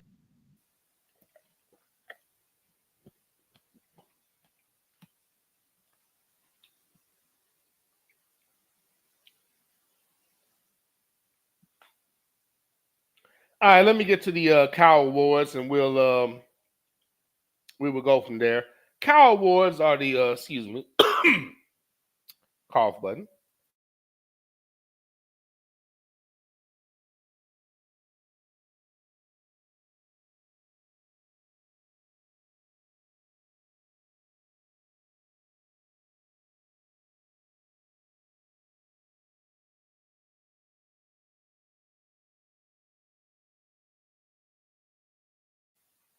Cow Awards are the colonizer of the week. I do these stories because, much like sports stories, the atrocities committed by the clear people are often buried by the media. Hence the piece of shit in the White House and all the ignorant, low-life, inbred, sister fucking people that voted for him. Again, we live with psychopaths. So as a result, I like to point out these stories that the mainstream buries because, again, they bring attention to things that they care about, and they obviously don't give a damn about us. So the Cow Awards are to point out these egregious acts and bring attention to them, as well as, again, movie quote, what was it? Equalizer 2. If you don't say a person's name out loud, they die twice. So it's always good to mention the people that the media goes out of their way not to mention, because dead black people don't pull at their heartstrings. So that is what the colonizer of the week is.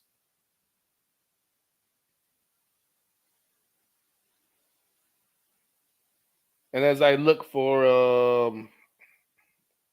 was it that long ago? Yeah, it would be. The entries from Sluggo from February 18th. Let me make sure.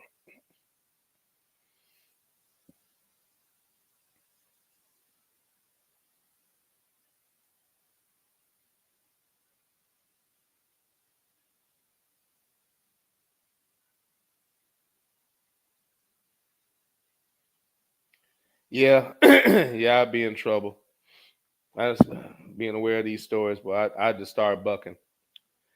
But again, forgive me, because of soundbite restrictions, I can't do my cows the way I normally do them. But before I do the Cow Awards, very quick clip that is not a bad precursor to the Cow Awards at all.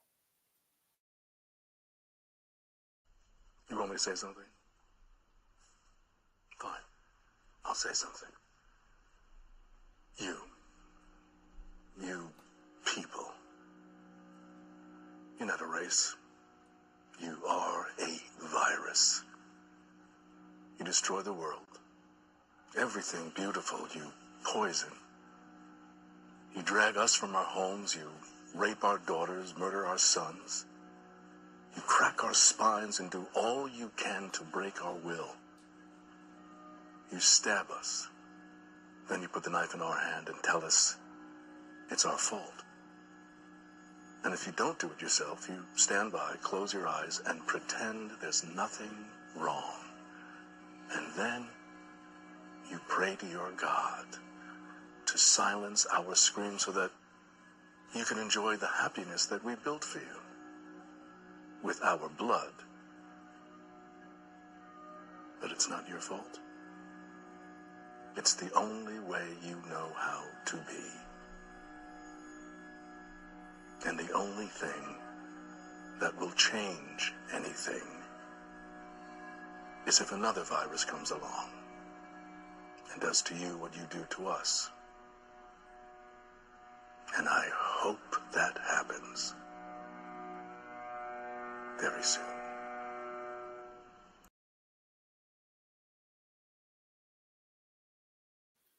All right, let's get ready for the Cow Awards. I get a couple of things in place here. And let's see where we at.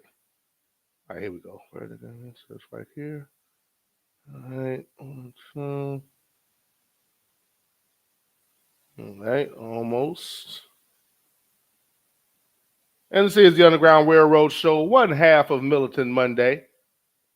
Gonna say that till we get things back in order. But again, I couldn't leave the podcasting game alone. That shit, man's got me, man. I don't got no control over it, man. I try to kick, man. That shit just be calling me, man. Be calling me, man. I just gotta go to it. Need help, man. All right. One thing right here. And here we go.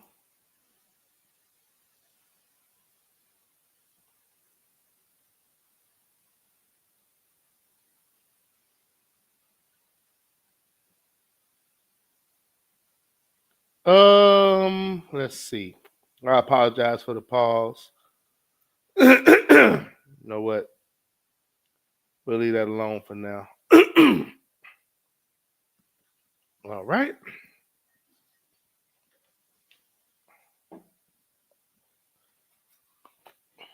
One more moment of clarity here.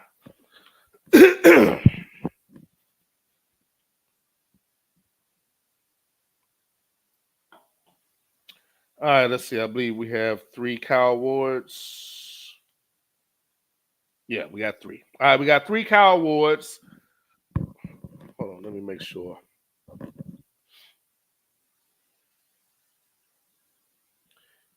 trying to remember if technically that was a Cow Award from Dexter. I'll get to it in a second. All right, one more quick pause. Hold on.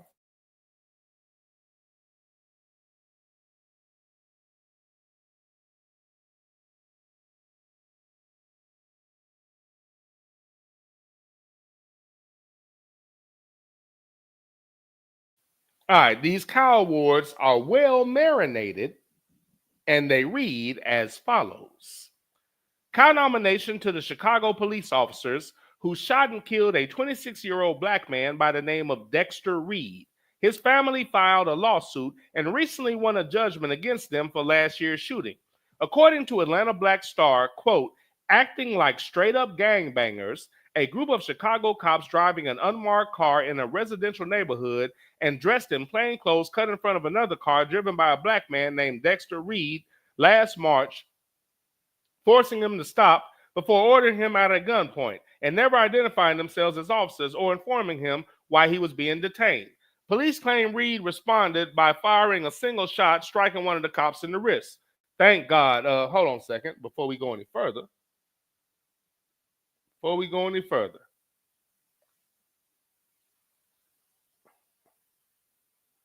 Before we go any further. Dexter Reed. You're a goddamn genius. That's the most outstanding answer I've ever heard. You must have a goddamn IQ of 160. Dexter Reed. You're a goddamn genius. That's the most outstanding answer I've ever heard. You must have a goddamn IQ of 160. That's what you were supposed to do.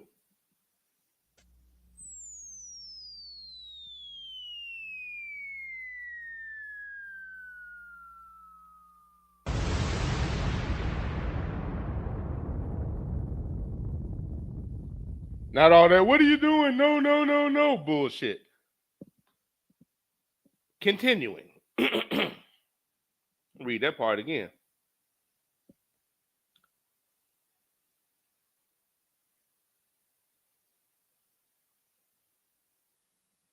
Police claim Reed, 26, responded by firing a single shot, striking one of the cops in the wrist, but that is not clear in any of the multiple videos released by the Chicago Office of Police Accountability. Okay, well then maybe they lied. Excuse me. The cops then fired 96. Okay, they lied. God damn. The cops then fired 96 shots within 41 seconds, striking him 13 times and killing him after he stepped out of the car with both hands in the air. Okay, they're lying. He shot somebody in the wrist and then he stepped out with both hands in the air. Motherfucker. Showing he was unarmed. Chicago police claim the reason for the traffic stop was that Reed was not wearing a seatbelt. So you pulled in front of him and got out with your goddamn guns? Man, I wish he would have killed all you motherfuckers. But body cam video shows none of the officers were wearing seatbelts when they hopped out of the car with guns drawn. Then when they questioned how they could have seen a seatbelt violation through Reed's dark tinted windows, police changed their narrative to claim they had pulled him over because his tint was too dark. Fucking. The lawsuit filed by Reed's family states that the real reason for the stop was to racially profile Reed in the hopes of finding something more serious than a seatbelt violation. A decade-long pattern of profiling black citizens is what are called pretextual traffic stops, using minor traffic violations as excuses to harass and intimidate and arrest black citizens. Earlier in the week, it was announced that Reed's family will receive $1.25 million in the settlement. This case is about an unlawful and violent escalatory traffic stop in a city that has a pattern and practice of these types of discriminatory pretextual stops. Andrew Stroth, an attorney representing Reed's family, told the Chicago Sun-Times on Monday. This is the problem. Wait a minute. First and foremost, I don't like fucking cops. I don't like fucking cops. This all ties into the industrial prison complex where you're using prisoners to do slave labor, and you're promising companies you're going to have X amount of occupancy so you can get business contracts. This all ties into it. They're looking to, well, they're fucking with black people anyway, but as a police officer, hey, bitch motherfucker, you're not supposed to be looking to fuck with people. God damn it. How about you just do your fucking job? Jumping in front of somebody and hopping out with your goddamn guns over tent is bullshit. If you do that to me, I'm assuming you're a goddamn jacker. I'm not going to wait to see if you're a fucking police officer doing that because I'm not a criminal. $1.25 million for that isn't shit. Those cops should be fired, arrested, put in jail, and while in jail, they should be stabbed to death. Aggression only respects equal and greater aggression. This is not new. This is not a misunderstanding. This is not, as bitch-ass politicians say, we need to have a conversation. No, the fuck we don't. When officers do this, they should be fired and prosecuted, and they would stop. You're not firing them and prosecuting them because you don't care. That's why this shit continues. So if you're in that situation, goddamn it, don't hesitate. Defend your motherfucking life. As the great Malcolm X said, protect your life. It's the most precious thing you got. But if you have to give it up, make sure it's even Steven. You will be discarded in the prisons of hell.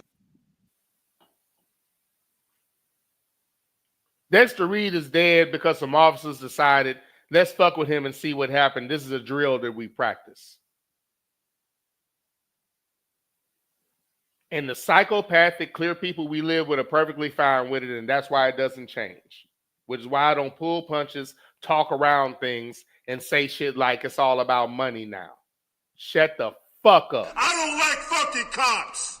You might not win in a tough field, but all of you deserve to leave this planet painfully.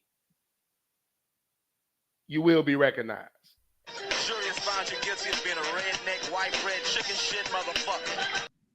You will be discarded in the prisons of hell. Second count nomination comes from Sluggo, and it reads as follows. Count nomination to the Jacksonville Sheriff's officers, specifically Officer Mindy Cardwell, for her incompetence of removing a weapon from a law-abiding citizen but accidentally shooting him with his weapon. Oh my fucking.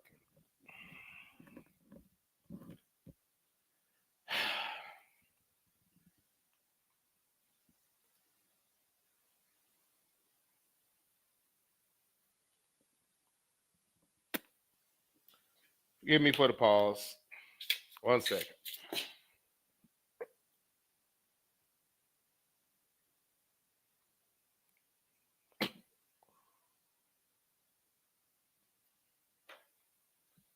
Are you kidding me right about now? According to, according to peoples.com, quote, a traffic stop in Florida ended in a catastrophe when a man was accidentally shot in the leg with his own gun. On Tuesday, January 21st, the Jacksonville Sheriff's Office released body cam footage of Jason Arrington's arrest for running a red light on December 13th, 2024. According to local news outlet newsforjacksonville.com, Arlington was 39 years old at the time of the incident. The video shows that after being pulled over, Arrington told Officer Sean Lowry that he had a gun on him. Florida law allows a person to carry a concealed weapon or a firearm with a valid concealed weapons license or without a concealed weapons license, provided that the criteria for obtaining a license are met. Lowry thanked him for his honesty and told him he would be required to exit his vehicle for my safety and yours. Arrington then gets out of the vehicle as officers Austin Weppert and Mindy Carwell stand beside the driver's side door. Weppert held onto Arrington as Carwell attempted to remove the firearm from his waist. The firearm was securely in a holster, and Officer Carwell had difficulty removing it. You should have let him take it out in the first goddamn place. When Officer Carwell was finally able to remove it, the firearm from the holster, she unintentionally placed multiple fingers inside the trigger guard. Man, basic firearm training tells you not to do that. Inside the trigger guard of the firearm, causing the firearm to discharge. No, she shot him. Dumb bitch shot him. That's all it is. Ain't no dumb bitch shot him. Anybody that's handled a gun know you don't do that. That's not difficult. The incident summary states, immediately after the gun goes off, the video shows Arrington being escorted to the side of the road as the officers call for backup, and the minutes that follow, the officers attempt to help stop the bleeding after medical personnel arrive. Arrington was taken to an area hospital in stable condition per WCSC TV per Jacksonville Sheriff's Office. An internal affairs investigation resulted in a sustained charge of incompetence against Officer Carwell. Termination proceedings for Officer Carwell have begun. In a press conference in late December, Arrington opened up about how the incident has affected his life and announced his intent to sue. Let's see if they actually fired a bitch. Maybe it's because it's a woman. I don't know. That's interesting because they defended other bitches that have done things like this. But again, that's pure incompetence and stupidity. As Colin Kaepernick talked about, officers don't receive enough training to have the rights that they do. And this is another example of that. Lack of training, pure incompetence, stupidity, not being careful. And I just have a hard time believing that this would have occurred with a Caucasian person. I can take my gun out. Black people don't attack the police. That's a white man's and a white woman's game. Let me remove my own weapon. Personally, I wouldn't have said a goddamn thing. I wouldn't have said shit. If they asked me, maybe. Volunteering that information? Nigga, I don't know what you're thinking about. Wouldn't have said shit. At all. At any rate. It's not about him, though. Allegedly, this person is involved in proceedings to be terminated. They should never be allowed to be a police officer again, and she should be shot in the leg. So next time when she's handling a firearm, she'll be a little bit more careful. Aggression only respects equal and greater aggression. An individual like this is really not going to understand unless they feel the shock of being shot for absolutely no reason because a trained police officer doesn't know how to handle a goddamn firearm. I don't like fucking cops. You might not win in a tough field, but you will be recognized. I don't like fucking cops. Jury has found you guilty of being a redneck, white bread, chicken shit motherfucker. You will be discarded in the prisons of hell. The third cow nomination comes from Sluggo, and it reads as follows. Cow nomination to a kin by the name of Mark White for threatening to shoot a 21-year-old black woman by the name of Tashana Gooch and accosting her against her vehicle. According to Atlanta Black Star, he had already pointed a gun at her head, threatening to shoot. Now Mark White, 59, escalated attention even more at Northside Indianapolis gas station Tuesday night, grabbing 21-year-old Tashana Gooch and shoving her against the side of her car, peppering her with racist taunts and threats of violence. I will kill you. Gooch quotes White as saying, but even when free, albeit at gunpoint, she resists bystanders pleas to leave. I felt like if he wanted to shoot me, he would have just shot me. Goose told the Indianapolis Star Wednesday. One day after the showdown with White, and what if he followed her? If the situation had escalated, she wanted witnesses. Gooch had been armed, but after initially retrieving it, when first engaged with White, after he had honked a horn at her several times while she pumped her gas into a 2017 Chevrolet Impala, she dropped it back inside her vehicle. Quote, I have too much to live for, and I'm not going to shoot somebody for calling me the N-word. No, you shoot them because he pulled out a gun. Why is he blowing your horn because you're getting gas? What the fuck are you talking about? I'm not blaming you, sister, but yeah, when dealing with psychotic, ignorant, stupid-ass clear people that don't know anything about consequences, I'm looking at your actions. Y'all the motherfuckers, listen, y'all were fucked up before January 6th. But all you motherfuckers claiming you love the country and you ignore that afterwards and voting this motherfucker in the office and you still want to be looked at as a nice person, no, you're a piece of shit. You're a piece of shit. Again, white action's cool. Ninja words, oh, it's so bad. At the end of the day, due to their actions, way before any of this bullshit, we're here with psychopaths. You shouldn't hesitate. You had a gun pulled on you. There's a big difference. But don't put your gun down, girl. That's crazy. I have too much to live for, and I'm not going to shoot somebody for calling me the N-word. No, you shoot him because he pulled out a gun. Goose said he went to jail, and that was what was supposed to happen. I'm just happy we're both still here. There go that Christianity shit. I didn't want to have to shoot him because, I mean, look at him. He's an old man, she said. Oh, fucking Christ. White from Hickory, North Carolina, was arrested and taken to Indianapolis jail, charged with intimidation with a deadly weapon, battery with a deadly weapon, where he was charged with criminal recklessness, strangulation, and battery in connection with the incident. Those charges ain't good enough. There's little debate as to what transpired in the video shoot and posted by Facebook user Kevin Edwards. Quote, she didn't do anything to show signs of aggression, so he definitely took it to the extreme. I want to say something right here. I don't give a goddamn if she showed aggression. What's your point?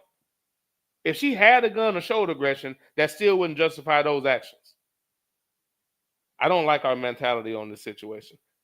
But I'm glad nothing happened, but fuck him. I'm glad he okay. What the fuck you talking that? She didn't do anything to show signs of aggression, so he definitely took it to the extreme. Edwards said in an interview with Fox 59, CBS 4, it all started, Goose told police, at a disabled gas pump where she was dealing with a malfunctioning pump. After White honked his horn at her, she moved her car to get out of the vehicle, and an argument ensued. Now an explanation, huh? I was sitting at the pump that wasn't even working, and he pulled up telling me to move all aggressively. Goose told Indy Star, I asked him what the problem was, and he started calling me all types of N-words and threatening me. Basically, I was at the pump too long for him. White initially claimed Goose pulled a gun on him, though he later changed the story. Goose denied she ever pointed her gun at White, saying it remained in her pocket until she placed it back into the car. Witnesses confirmed as much, according to a probable cause affidavit. Yeah, y'all shouldn't even be talking about that. She had every right to pull out a gun. A man was coming at her. She's a woman. She's supposed to be able to pull out a gun. Miss me with that shit. I'm glad nothing happened, but I'm going to be honest with you. I don't know what else the clears have to do to earn aggressive treatment. And as a woman, she had every right to defend herself. I'm glad nothing happened, but I'll never understand that I'm glad he's okay bullshit. No, I'm not glad he's okay at all. People like that continue to breathe and breed are why this country has never been and will never be shit.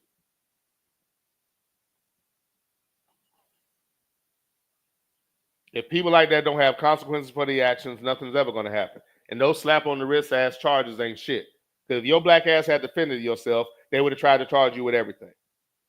You shouldn't have to be calm with a gun pointed at you.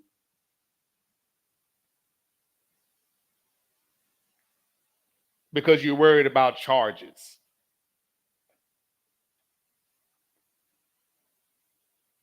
Well, sir, you were dealing with a woman that was probably washed in the blood. Mark White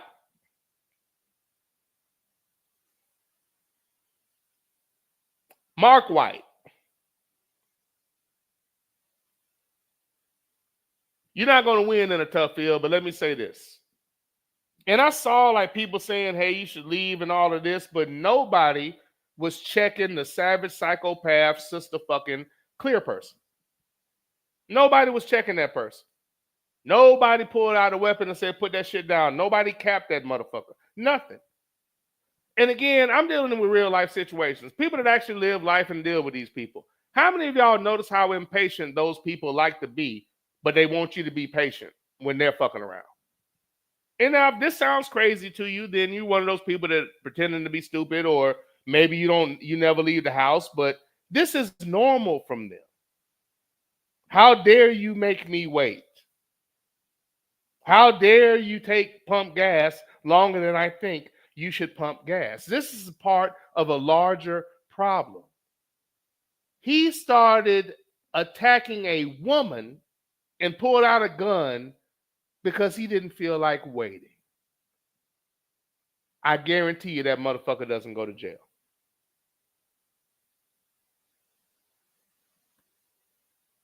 Obviously, this woman was covered in the blood and she's a Christian, but I'm not. That motherfucker deserves to fucking die. Because in the right circumstances, he would have shot her. The news would have been empathetic. The police would have found her gun and said she had a gun, it was justified, and he would have went home probably with the same bullshit charges he has right now. Aggression only respects equal and greater aggression.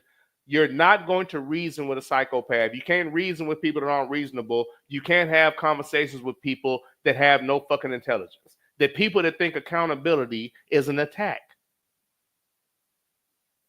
You didn't win in a tough field, but you deserve to be shot with the gun you were pointing at that woman, not because you were attacked, not because somebody took your belongings, not because somebody hurt your loved one, because you didn't feel like waiting at the goddamn gas pump. You got your inbred rapist president in. You probably just got done fucking your sister. What are you mad about? Fuck you and your ability to breathe. You should leave the planet today. You didn't win in a tough field, but you should go. And you should go publicly so others like you will realize there are consequences for your actions, as opposed to this country and this justice system pushing all of y'all through with no consequences, letting all the rest of the inbred, non-bather motherfuckers know you can do it too. That shit doesn't deserve patience. You were lucky you got it from her, but you should bleed. You didn't win in a tough field, but you will be recognized. Jury has found you guilty of being a redneck, white bread, chicken shit motherfucker. You will be discarded in the prisons of hell. Mindy Cardwell, Officer Mindy Cardwell. I don't like fucking cops. You should be shot in the leg the same way you shot somebody minding their own business after they ran a red light or whatever it was, and you were too incompetent or nervous to remove a firearm. You don't understand a holster and how tight a holster is, and you don't understand one in the chamber. You don't understand making sure the safety's closed. You don't understand basic gun training. You keep your finger outside of the trigger unless you plan on shooting. How the fuck do you not know that as a police officer? Not only do you deserve to be fired and go to jail, you deserve to be shot in the leg, because that's probably the only way you're going to understand that you fucked up. I guarantee that person gets some kind of bullshit quiet firing and gets another job at another precinct. I don't like fucking cops. You might not win in a tough field, but you will be recognized. Jury has found you guilty of being a redneck, white bread, chicken shit motherfucker. You will be discarded in the prisons of hell. Unnamed Chicago police officers that murdered and killed Dexter Reed. Every last one of them deserves to be killed in the exact same way, dying in a barrage of bullets publicly with no consequence. So again, people like that can understand that it's not okay. The reason why they're not being punished is to tell them it is okay. If you understood the history of the country, you would understand my frustration with all of this fucking bullshit understanding that so many of us have.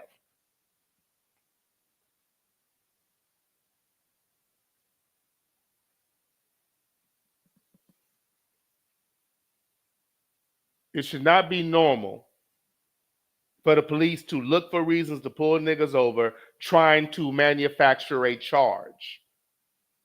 And it's gotten to the point where I have to hear so many stupid ass black people justify what they do without any details. At least be a fucking adult and say we're in a country with fucked up ass people. And you know, because these people are fucked up, ignorant, poorly raised, you know we're a target. For that reason, you must be careful.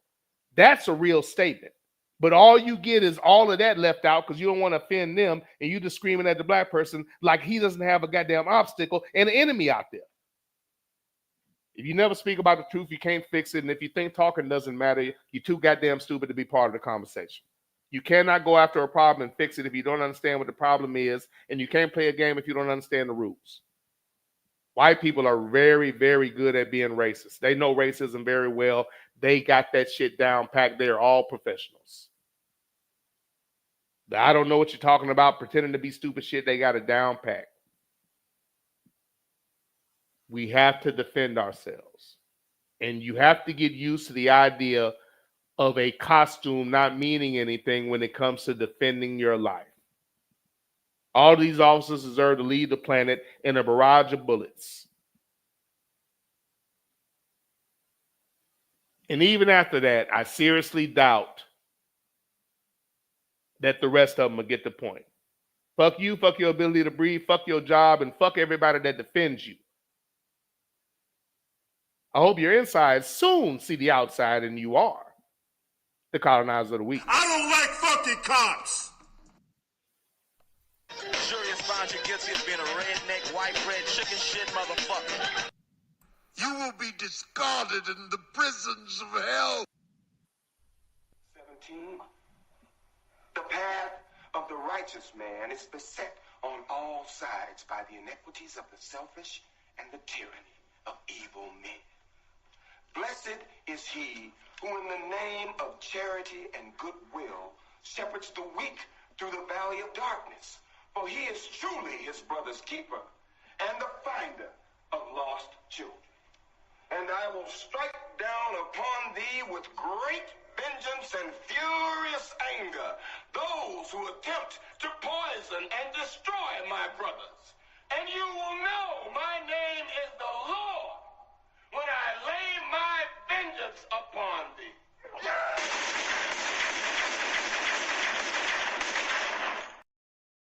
You will be discarded in the prisons of hell. Thank you for those cow nominations, Sluggo. Those are the colonizers of the week. Infuriating as always, sir. Infuriating as always, sir. Sluggo said, back to the chat room. Sluggo said, I guess, again, the purpose of these cow wars are stories like that go unnoticed. And it's the same thing as the police being justified no matter what the hell they do. A bunch of clear people not caring about it, so they don't cover it. The clear media doesn't care. Police department doesn't care. Justice system doesn't care. And bitch-ass ninjas don't care. So we're stuck with these stories being swept under the rug. Nobody talks about it. And when they do talk about it, they do it in an apologetic manner, not one to offend somebody that doesn't give a fuck about it. Only a fool respects something or someone that doesn't respect them, which is why I don't understand the mentality of a lot of us. I really, really don't. What? Nigga, please. Sluggo said, I guess high knees will be forced to retire prematurely. Possibly. He shouldn't be. He should be able to play just as long as all of these elderly ass colonizers. They ain't worth a damn. But again, these are the unwritten rules. ABM said media mentioned Rodgers, Stafford before he re-signed either the Rams and Sam Darnold. Oh, they mentioned Rodgers going to Pittsburgh, Stafford, and Sam Darnold? Jesus Christ. ABM said high knees will be back in Pittsburgh or be a Raider. Okay. ABM said or high knees will be a fitness instructor on Delta Airlines international flights. A fitness instructor, sir. I see what you're doing. I see what you did there. Who raised you? Who raised you? Dexter said now the inbreeds are crying now because their fucking benefits are getting axed. You voted to hurt black folks, not take my benefits. I am white. That's exactly what happened to him, Dexter. That's what happened to him. Hey, but listen. America with 3 Ks that voted for him. Motherfuckers is selfish as fuck. You got what you deserved. You got what you wanted.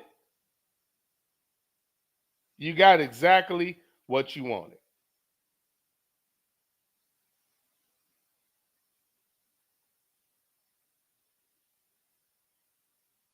And forgive me for the pause, but Dexter, hey Dexter, this for you, sir. You're a goddamn genius. That's the most outstanding answer I've ever heard. You must have a goddamn IQ of 160. Amen, preacher.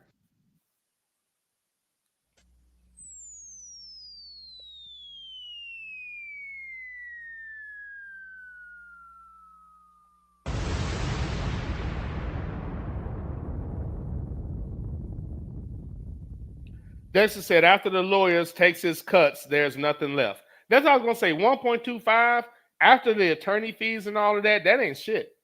That's a slap in the face. That ain't shit. For what they did, they committed a murder. And then they lied about it to try to justify the shit. I'm telling you, dude, keep something on you and keep it ready. Again, the quote, keep something on you and keep it ready, man.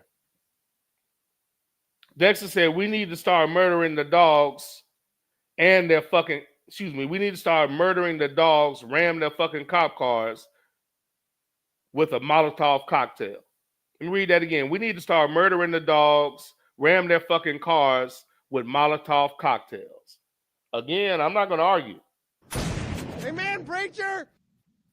And Dexter, we're so messed up as a people right now, they're more offended by your words than the actions of these motherfuckers, which is, again, a colonizer mentality, which they've molded a lot of us into. Damn shame, sir.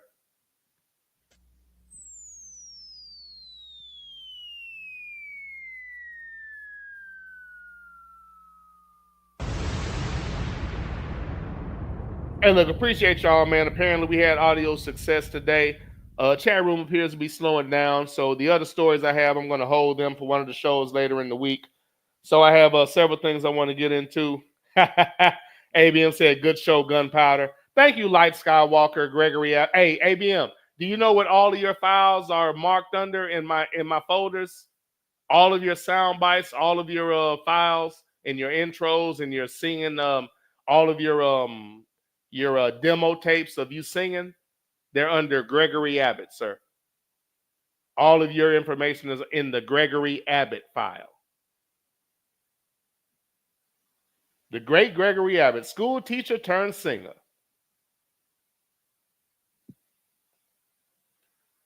Appreciate y'all, man. I'm going to go non-traditional on the outro. I'm going to get on out of here, chill out for the evening, and work on a few things. Let me think about it.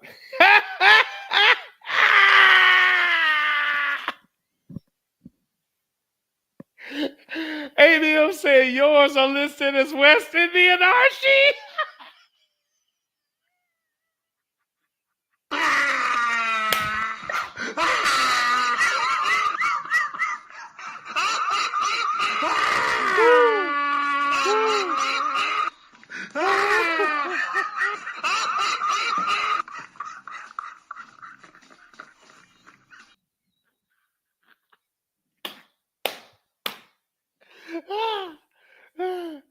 Oh, shit. Oh, you're funny, sir. Thank you, Mr. Abbott, and I love your single, Shake You Down, man. You got one. Nobody can take that away from you.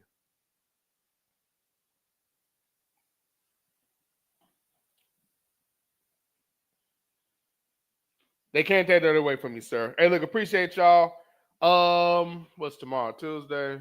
What I got this week? I'm not gonna see my behind their mom tomorrow. I'm hollering them on today. Not tomorrow. That ain't happening. I tell y'all what. Get my time together and make sure. I want to give y'all for short time. I'll tell you what. Wednesday, 4 o'clock Central. Wednesday, 4 o'clock Central. I'll give y'all another show. Wednesday, 4 o'clock Central, I'll give y'all another show. And got a couple of stories. Some are just stories. I got some weekend stories, got a couple of trips I've made. And I got something that ABM pointed out, and I have an angle on that I wanted to talk about. So, look, appreciate y'all. I'm going to give an abbreviated outro, which means I'm not going to give one at all. I'm just going to jump on out of here, man. Chill out for the evening. You know what, man? Fuck that. I'll keep it somewhat simple.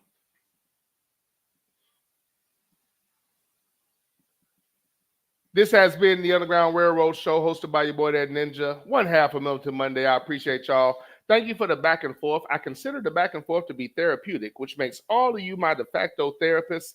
And as always, ladies and gentlemen, I thank you for the session. Shout out to moms who taught me how to cook, still love to cook to this day. She also taught me to get the number from the female so I can be in charge of the situation, that game, and serve me well. Appreciate you, moms. Love you, and good luck on your surgery tomorrow. Be giving her a holler tomorrow. Speedy recovery and all of that. Love you, moms. R.I.P. DT. Pops taught me to think of all I speak, but do not speak all I think. Simply put, that means that sometimes you either need to shut the fuck up or at least think about what it is you're about to say and who you're about to say it to. Pops also taught me how to be a man, and I appreciate that because I witness those that don't do that on a regular basis, and I'm glad I'm not one of those individuals. Appreciate you, sir. Wish I would have told you that more when you were here. R.I.P. DT. Love you, Pop. And as always, I take a shot for Pop. Appreciate y'all, man. Abbreviated outro. I'm going to catch y'all next time. As always, take care and be easy.